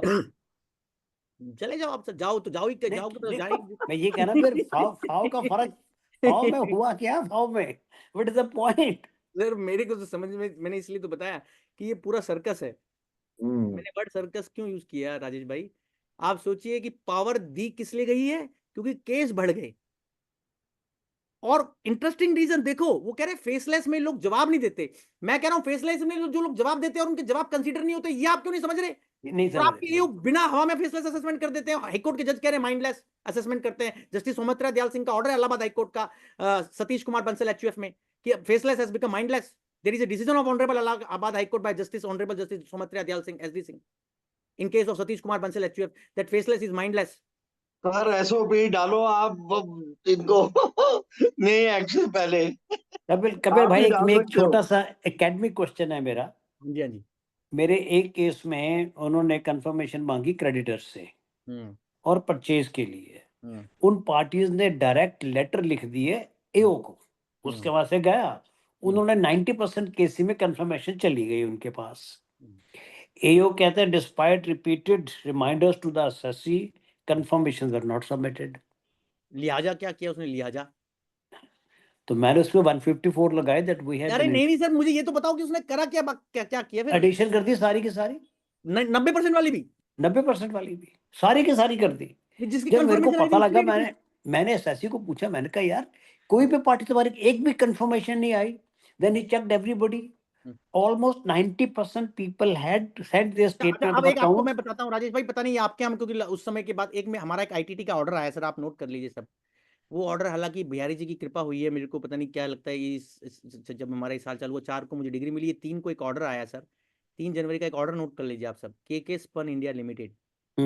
इस ऑर्डर में राजेश भाई one of the first orders where the doctrine of approbate and reprobate has been applied. क्या कंटेक्स्ट है समझ लीजिए और इसका इंप्लीकेशन बताइए, फिर राजेश भाई आपके मुंह से सुनूंगा। अभी इसमें क्या हुआ, एसएससी के ऊपर सर्च हुई, एसएससी की सर्च में ये पाया गया कि उसकी कुछ सेल परचेज इनजेन्युइन है। एसएससी रिटर्न बहुत बड़ी हैंडसम टर्नओवर दिखाता था, बड़ी मैन्युफैक्चरिंग हाउस है, उसकी करोड़ों में टर्नओवर है सेल परचेज। धमीजा जी बुक्स मेंटेन्ड है, ऑडिटेड है, आईटीआर फाइल्ड है, और बड़ी हैंडसम रिटर्न इनकम है, जिसमें मतलब रिटर्न इनकम करोड़ में है राजेश भाई, नेट इनकम भी। अब इन्होंने क्या किया, कमाल देखिए, इसमें इन्होंने कहा कि हमें सब कुछ कबूल है, बिजनेस अकाउंट पीएनएल अकाउंट कबूल है, कबूल वर्ड नोट करते हैं, पीएनएल अकाउंट कबूल है, इनकम जो पैदा हो रही है वो भी कबूल है रिटर्न इनकम में, हमें बुक्स भी कबूल हैं, पर हमें क्या कबूल नहीं है आप वो नोट करिए। वो कह रहे हैं जो तुमने बिजनेस में, सॉरी राजेश भाई, परचेज दिखा रखी है ना और सेल दिखा रखी है, तुमने परचेज की एंट्री ली है लोगों से और सेल की दी है, तो हम जो तुमने दिखा दिया वो तो हमारा हो गया। हम एडिशन क्या कर रहे हैं, हम जो तुमने परचेज की एंट्री ली है उसका अनअकाउंटेड कमीशन 69C में अनएक्सप्लेन एक्सपेंडिचर की तरह ऐड कर रहे हैं, और जो तुमने सेल दी और लोगों से पैसा लिया उस एंट्री को देने के लिए वो 69A में अनएक्सप्लेन मनी ऐड कर रहे हैं। तो मैंने नहीं सुनी तो सही सर, मैंने जज साहब को बहुत सारे आर्गुमेंट दिए, मुझे नहीं पता था इसी आर्गुमेंट पे कोर्ट कन्विंस हो जाएगा। आज तक नहीं हुआ कि सर ये तो आप देखिए इन्होंने बुक से रिजेक्ट नहीं करी, मेरी सेल परचेज डाउट नहीं कर रहे, या तो आप मेरी सेल परचेज माइनस करिए, दोनों आप दोनों कैसे कर सकते हैं कि हमें सेल परचेज भी कबूल है और वो सेल परचेज एंट्री को भी जन्म दे रही है, वो बोगस भी है। तो कोर्ट ने राजेश भाई ये जो पूरा ऑर्डर लिखा है वो एप्रोबेट रेप्रोबेट पे लिखा है सर, ठाकुर जी की कृपा दिखिए आप, और उसको असेसमेंट को तो क्वैश किया ही किया, एडिशन को सारे को उन्होंने कहा है कि बिना बुक्स डाउट करे, बिना सेल परचेज डाउट करे आप उसकी एंट्रीज को डाउट नहीं कर सकते। ये पिछली बार डिस्कस किया था आपने सर, ये पिछली बार कौन डिस्कस से आया ही 3 जनवरी को, मैंने केस स्टडी डिस्कस करी थी, आईटीटी का ऑर्डर नहीं आया था तब तक। कौन से बेंच का है, कौन से बेंच का है? दिल्ली बेंच, रेमान साहब और योगेश कुमार जी सर, दिल्ली बेंच। क्या नाम है सर? कपिल जी क्या नाम बताया? AK spun India limited. India मैंने खुद ही राजेश भाई अपने कैरियर में 2000 केस जितने भी आर्ग्यू किए, जिसमें से 1000 सर्च के हैं मनोज जी, ये पहला मुझे कोई ऐसा हालांकि एप्रोबेट रेप्रोबेट हमें सिखाया तो स्कूल से जाता है, लॉ के स्कूल से पहले क्लास से, कि एप्रोबेट और रेप्रोबेट नहीं हो सकता, मतलब आप एक ही चीज को मान भी लो ना भी मानो। तो ट्राइब्यूनल ने एप्रोबेट रेप्रोबेट पे बड़ी अच्छी जूरिस्प्रूडेंस लिखी है। इसका इंप्लीकेशन क्या होगा राजेश भाई, अब ये सुनिए, जैसे अभी बता रहे थे पुरी साहब, आपने बुक्स मान ली, जितने भी फेक इनवॉइसेस के केस हैं 148 के जैन साहब, और जितने भी रीओपनिंग के और ये जो डिमोनेटाइजेशन के केस है, वहां पूरी थ्योरी एप्रोबेट रेप्रोबेट की लगेगी, क्योंकि आपने बुक्स रिजेक्ट नहीं कर रखी है, आपने पीएनएल अकाउंट में जो मेरी सेल परचेज दिखा रखी है वो आपने कबूल कर लिया है, रिटर्न इनकम कबूल कर लिया है, फिर भी साला मेरा एडिशन कर रहे हो 68 69 के अंदर। ऐसा कैसे संभव होगा सर? ये एप्रोबेट रेप्रोबेट नहीं है तो और क्या है? कपिल भाई पता है यहाँ क्या हो रहा है, मेरे एक केस आपको ये में डिसीजन कैसा लगा पहले ये बताइए सर। डिसीजन बहुत बढ़िया, और ये मैं कोट करूंगा, पूरे मेरा केस चल रहा जिसने है। भी पूरे इंडिया में पढ़ा ना, मेरे को तो पता नहीं था, पता नहीं काफी सारे बहुत जो लीडिंग चार्टर्ड अकाउंटेंट्स हैं उनके यहाँ से फीडबैक आया कि this is one of the countries finest order, order. Very good. और इस एप्रोबेट रेप्रोबेट की इंप्लीकेशन पूरी साहब, इस डॉक्ट्राइन की, मेरे जजमेंट की नहीं, इस डॉक्ट्राइन की इंप्लीकेशन बड़ी साउंड है। आप जो बात डिस्कस कर रहे थे अपना केस, आप बिना परचेज के सेल कैसे कर दोगे? सेल कबूल है, उस सेल माइनस परचेज में धमीजा जी वो इनकम कबूल है, रेजिडुअल इनकम, उसकी बुक्स कबूल है, फॉर 145 इन्वोक नहीं है, धारा 145 आप इन्वोक ही नहीं करना चाहते हो, क्योंकि वो इन्वोक करते तो आप फंस गए हो। अरे भाई फिर आप अगर 145 इन्वोक नहीं कर रहे हो तो अब राजेश भाई पहले नहीं माना जाता था, अब ये बात मानी जाएगी सब केसेस में कि अगर आपने मेरी बुक्स डाउट नहीं करी है और धारा 145 इन्वोक नहीं करी है, मैं पुलिस आपको बोल रहा हूं, तो आपका पूरा एडिशन जीरो है, नलिटी है, एडिशन जीरो का मतलब जीरो है, वो जीरो। आप इस एप्रोबेट से नहीं समझना चाहते, एप्रोबेट से तो 145 से समझ लीजिए। और ये बात दो डिसीजन में कही गई है, नोट कर लीजिए, केरला हाईकोर्ट के द्वारा अभी डायमंड फूड प्रोडक्ट्स में, और दिल्ली हाईकोर्ट के भी द्वारा कही है फ्लो मोर एक्सपोर्ट्स में दो डिसीजन है। दिल्ली उच्च न्यायालय का एक डिसीजन है फ्लो मोर एक्सपोर्ट्स, और Kerala high court diamond food product कि that non rejection of books is fatal defect. Sir Kapil भाई मेरे केस में हमने उसको सेल परचेज की पूरी डिटेल दी, सर टोल टैक्स जो टोल वहां से निकला है उसका ट्रक, उसकी डिटेल दी, धर्म कांटे की डिटेल दी, ई वे बिल दिया, पेमेंट का प्रूफ दिया। वो कहते हैं जी मेरे को जीएसटी से पता लगे ये जो पार्टी है ये फेक बिल है, इसने इसको नहीं मैं मानूंगा। आप यही रुकिए, एक और आपने बात छेड़ दी, मुझे छेड़ दिया। सीसी डांगी का एक केस आया बॉम्बे हाईकोर्ट का राजेश भाई, मैं कहते 5 दिन पहले आया। नहीं सर, अभी नहीं, वो पब्लिश अभी हुआ है, उस डिसीजन की डेट नोट करिए, 25 नवंबर है। हाँ। मेरी शादी की सालगिरह होती है 28 नवंबर को, इसलिए मुझे थोड़ा याद रहता है ऐसे करके मैं रट्टा अब वो 25 नवंबर है, 3 दिन पहले का है। अब क्या हुआ, कुलकर्णी साहब ने उसमें क्या किया राजेश भाई, जस्टिस कुलकर्णी ने, ये सीए फर्म का केस था, हमारे सीए फर्म तो हमारा अपना ही हो गया, हमारा अपना जैसे होता है ना बिरादरी का हो गया केस, सीए फर्म, ये सीए फर्म है सीसी डांगी, इन्होंने किसी को सेवाएं दी हुई थी, उनको पैसा आया हुआ था और उस पर जीएसटी भी लगा हुआ था, मतलब इन्होंने जीएसटी भी मतलब उसमें रेस था। जिसने केस खोला विभाग ने, इनकम टैक्स विभाग ने, धारा 148 के नए मॉडर्न युग में जिसमें इंफॉर्मेशन वाला युग होता है, इनसाइट पोर्टल वाला, उसने ये रीजन दिया जो अभी अपने इन्होंने पूरी साहब ने बोला कि हमें पता चला है जिस पार्टी के साथ सीसी डांगी सीए फर्म ने ट्रांजैक्शन करी है धमीजा जी, वो फेक इनवॉइस दे रही है, और उसने जीएसटी विभाग ने बताया है उनको इनकम टैक्स ऑफिसर ने इनसाइट पोर्टल के थ्रू उनके कान में कि साहब ये गलत है, ये ट्रांजेक्शन बोगस है। अब एसएससी की सीए फर्म है, उनके कमाल के सीए पुरी साहब जैसे, धमीजा साहब जैसे, मनोज जैन जी जैसे, राजेश जैन जी जैसे, राजेश अग्रवाल जी जैसे, सब जैसे, उन्होंने तगड़ा सा रिप्लाई लिखा। अरे भाई आपने क्या किया, ये सीजीएसटी का रिप्लाई जो आप इंफॉर्मेशन कट कॉपी पेस्ट मार दिया, हमने तो उसको कुछ पेमेंट किया ही नहीं है, हमने तो उससे लिया है। वो कह रहे थे पेमेंट किया है हमारे एसएससी ने, डांगी साहब ने करा है, वो कह रहे मैंने नहीं किया, मुझे मिला है, मैं सर्विस प्रोवाइडर हूं, मैं सर्विस का पैसा मुझे मिल रहा है, सर्विस रिसिपेंट सामने वाला है, और मैंने अपने इस जगह पर इस पीएनएल अकाउंट के अंदर इस चीज को राजेश भाई यहां दिखा रखा है, और इस पे ये जीएसटी रेज है, और इसका मैंने ये डॉक्यूमेंट दे रहा हूं, और ये मैंने टैक्स ऑफर किया हुआ है। डिपार्टमेंट तो करे नहीं साहब, हमारे को तो एक बार फेक इनवॉइसिंग का इनपुट आ गया तो हम केस खोलेंगे। कैन यू इमेजिन राजेश भाई इस केस में क्या हुआ? इस केस में 3 बड़े जबरदस्त कमाल के काम सर, ये कुलकर्णी साहब ही कर सकते हैं। उन्होंने पहले तो दोनों एयोग जाओ के ऊपर और सीआईटी जिन्होंने सैंक्शन दिया इस रीओपनिंग का, उनमें पर्सनल 25-25 हजार रुपए की कॉस्ट लगाई। ओह माय गॉड, अभी मॉर्गेज मत करो सर, अभी तो आपको गॉड अभी समझ। दूसरा उन्होंने कहा कि साहब ये लोग काम कैसे कर रहे हैं, उनको ये समझाया जो बात पूरी साहब पूछ रहे थे। पहला कंट्री का ऑर्डर बनेगा सीसी डांगी एंड एसोसिएट्स, जिसमें इनकम टैक्स एक्ट का इंटरप्ले सीजीएसटी एक्ट के साथ बताया जज ने, फंडामेंटल फर्स्ट प्रिंसिपल पे कि सीजीएसटी एक्ट का गोल क्या है, टर्नओवर पे टैक्स लेना। इनकम टैक्स एक्ट का गोल क्या है, इनकम पे टैक्स लेना। सीजीएसटी एक्ट के इंफॉर्मेशन को 148 के लिए रीओपनिंग के लिए यूज नहीं किया जा सकता, ऐसा बॉम्बे हाईकोर्ट ने बोल दिया सीसी डांगी में, फर्स्ट प्रिंसिपल पे। और तीसरी बात राजेश भाई, उन्होंने लिखा है कि सीबीडीटी को हम ये जजमेंट भेज रहे हैं, वो इस बात को जरा चेक करे कि जिन कमिश्नर साहब महोदय साहब ने ये ऑर्डर में लिखा, मैं पढ़ देता हूँ, कि इन कमिश्नर साहब ने जिन्होंने इसको सैंक्शन दिया, ये चेक किया जाए कि क्या ये नौकरी में रहने लायक योग्य है या नहीं। ओहो, beautiful beautiful. whether this gentleman is competent and fit for service in this post is to be evaluated by CBDT wide our specific direction। और उन्होंने This is the उसका magic अप्रूवल judicial। भी रिप्रोड्यूस किया है। अरे sir उसको छोड़िए ना, मैं कह रहा हूँ ये कोई हाँ। लिखेगा? हाँ। मैंने तो अपने कैरियर में नहीं देखा कि ऐसा कोई लिखते हुए कि इस आदमी को चेक करे कमिश्नर को कि नौकरी पे, यही तो लिखा उन्होंने। It's a very big stigma, very big. हाँ सर, नॉट ओनली स्टिग्मा, इसमें इस जजमेंट का राजेश भाई बहुत बड़ा, एक तो वो केकेसपन वाला एप्रोबेट वाला 145 वाला बात अलग रह गया, पर सिर्फ जीएसटी एक्ट की इंफॉर्मेशन के बेस पे इनकम टैक्स डिपार्टमेंट एक्साइटमेंट में या सेंसेशनलाइज करते नहीं ले सकता। ये सीसी डांगी का जजमेंट बड़ा वाइड जजमेंट है। अच्छा हुआ पुरी साहब ने दोनों बातें पूछ ली। कपिल साहब एक चीज मुझे और चाहिए और बताओ, बड़ी वेरी इसका नाम है एक मिनट सर, हितेंद्र ठक्कर जी, इसका नाम है बॉम्बे हाईकोर्ट का सीसी डांगी, बॉम्बे हाईकोर्ट 25 नवंबर 2024, जस्टिस जीएस कुलकर्णी और आर्ग्यूड बाय जहांगीर मिस्त्री साहब। हाँ जी बोलिए। अब मुझे एक चीज बताइए कि ये एक हाई कोर्ट जैसे आपके केस में हुआ कि वो कहते नहीं जी 148 कर सकते हैं 31 मार्च 2 तारीख से पहले के सर्च केस में भी। अब ऐसे अगर कॉन्ट्रेरी डिसीजन आ रहे हैं which is against the act itself, उसका क्या करे आदमी? कुछ नहीं करे सर, वो तो गवर्नमेंट ऑफ इंडिया। फिर वही बात आ गई, ये पॉलिसी मेकर को सोचना चाहिए कि वो प्रोएक्टिव कॉल ले और एक ऑल इंडिया सेंट्रल एक्ट में एक स्टैंडर्ड पोजीशन ले, यूनिफॉर्म पोजीशन, जो संविधान के हिसाब से सबके लिए एक कानून बनाए या एक पॉलिसी बनाए। पर दुर्भाग्य से ऐसा नहीं हो रहा, वो लिटिगेशन प्रोलिफरेट हो रहा है उसमें। जो आप समझ रहे हो, लिटिगेशन प्रोलिफरेट होने से कुछ सेक्टर्स तो अर्न कर गया, जैसे मैं हो गया,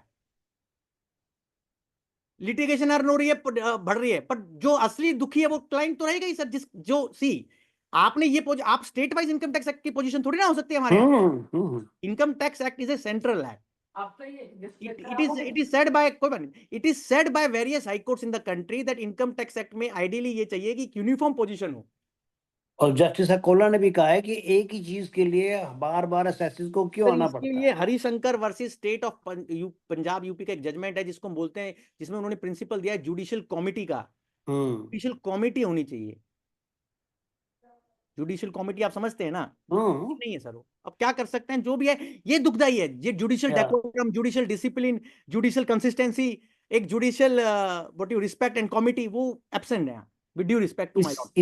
इसी वजह से जो कोर्ट्स हैं ओवरबर्डन हो रही हैं, सेम चीजें जो हैं उनके पास आ रही हैं। इसके लिए सॉल्यूशन रेमेडी लाइज पुरी साहब somewhere else, either with the policy makers or with the people who have to।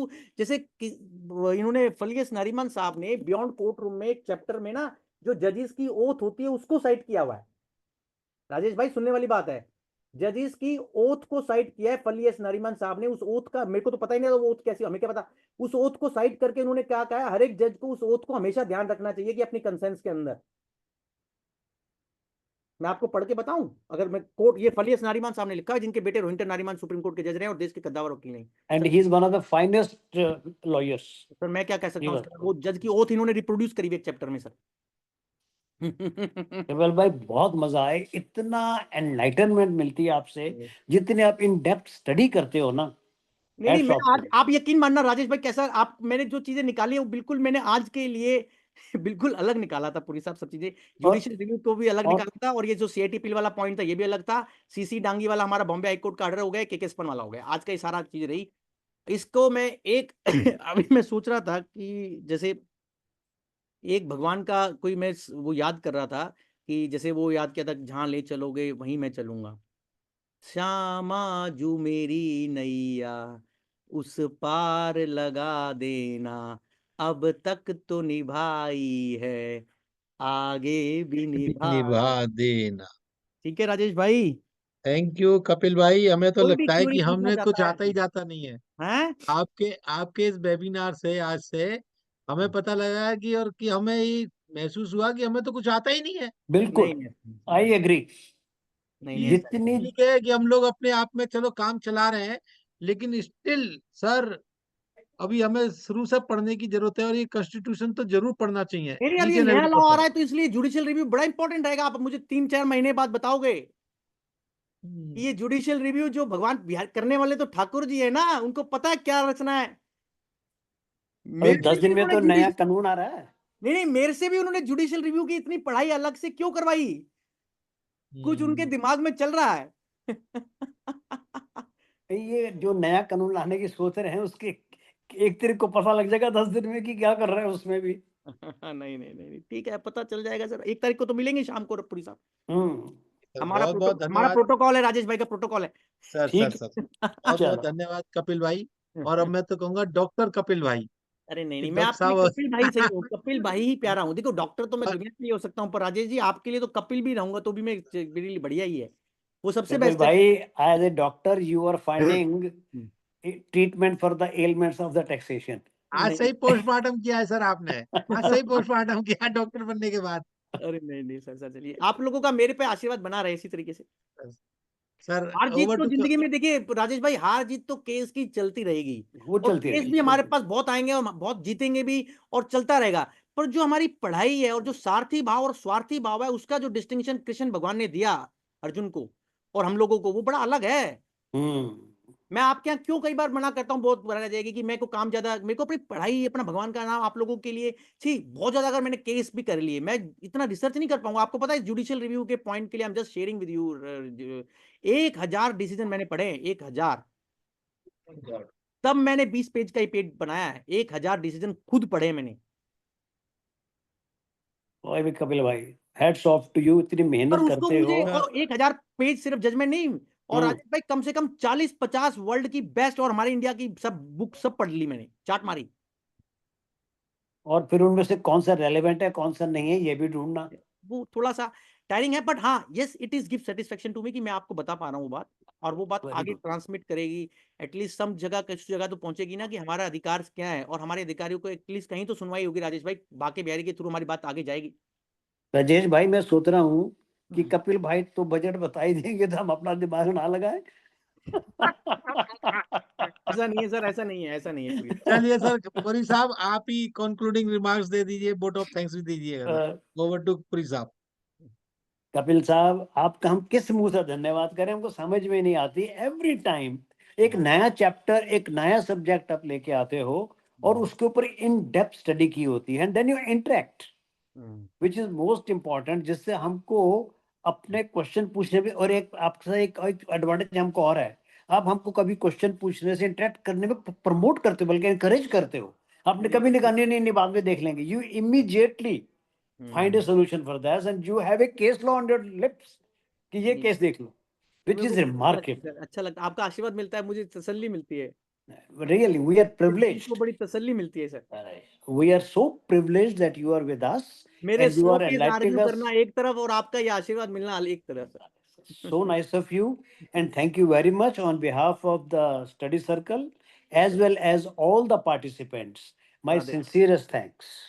Thank you, Radhe sir. you. ऊपर Thank you. भागिनी कौन तपस्या कीन, 3 लोग तेरे तीन देवता आधीन सोतारन। अरे वो तेरे वाह आदि। वाह वाह वाह वाह। Radhe Okay, sir. Good night. Hare Krishna. Good night. Radhe.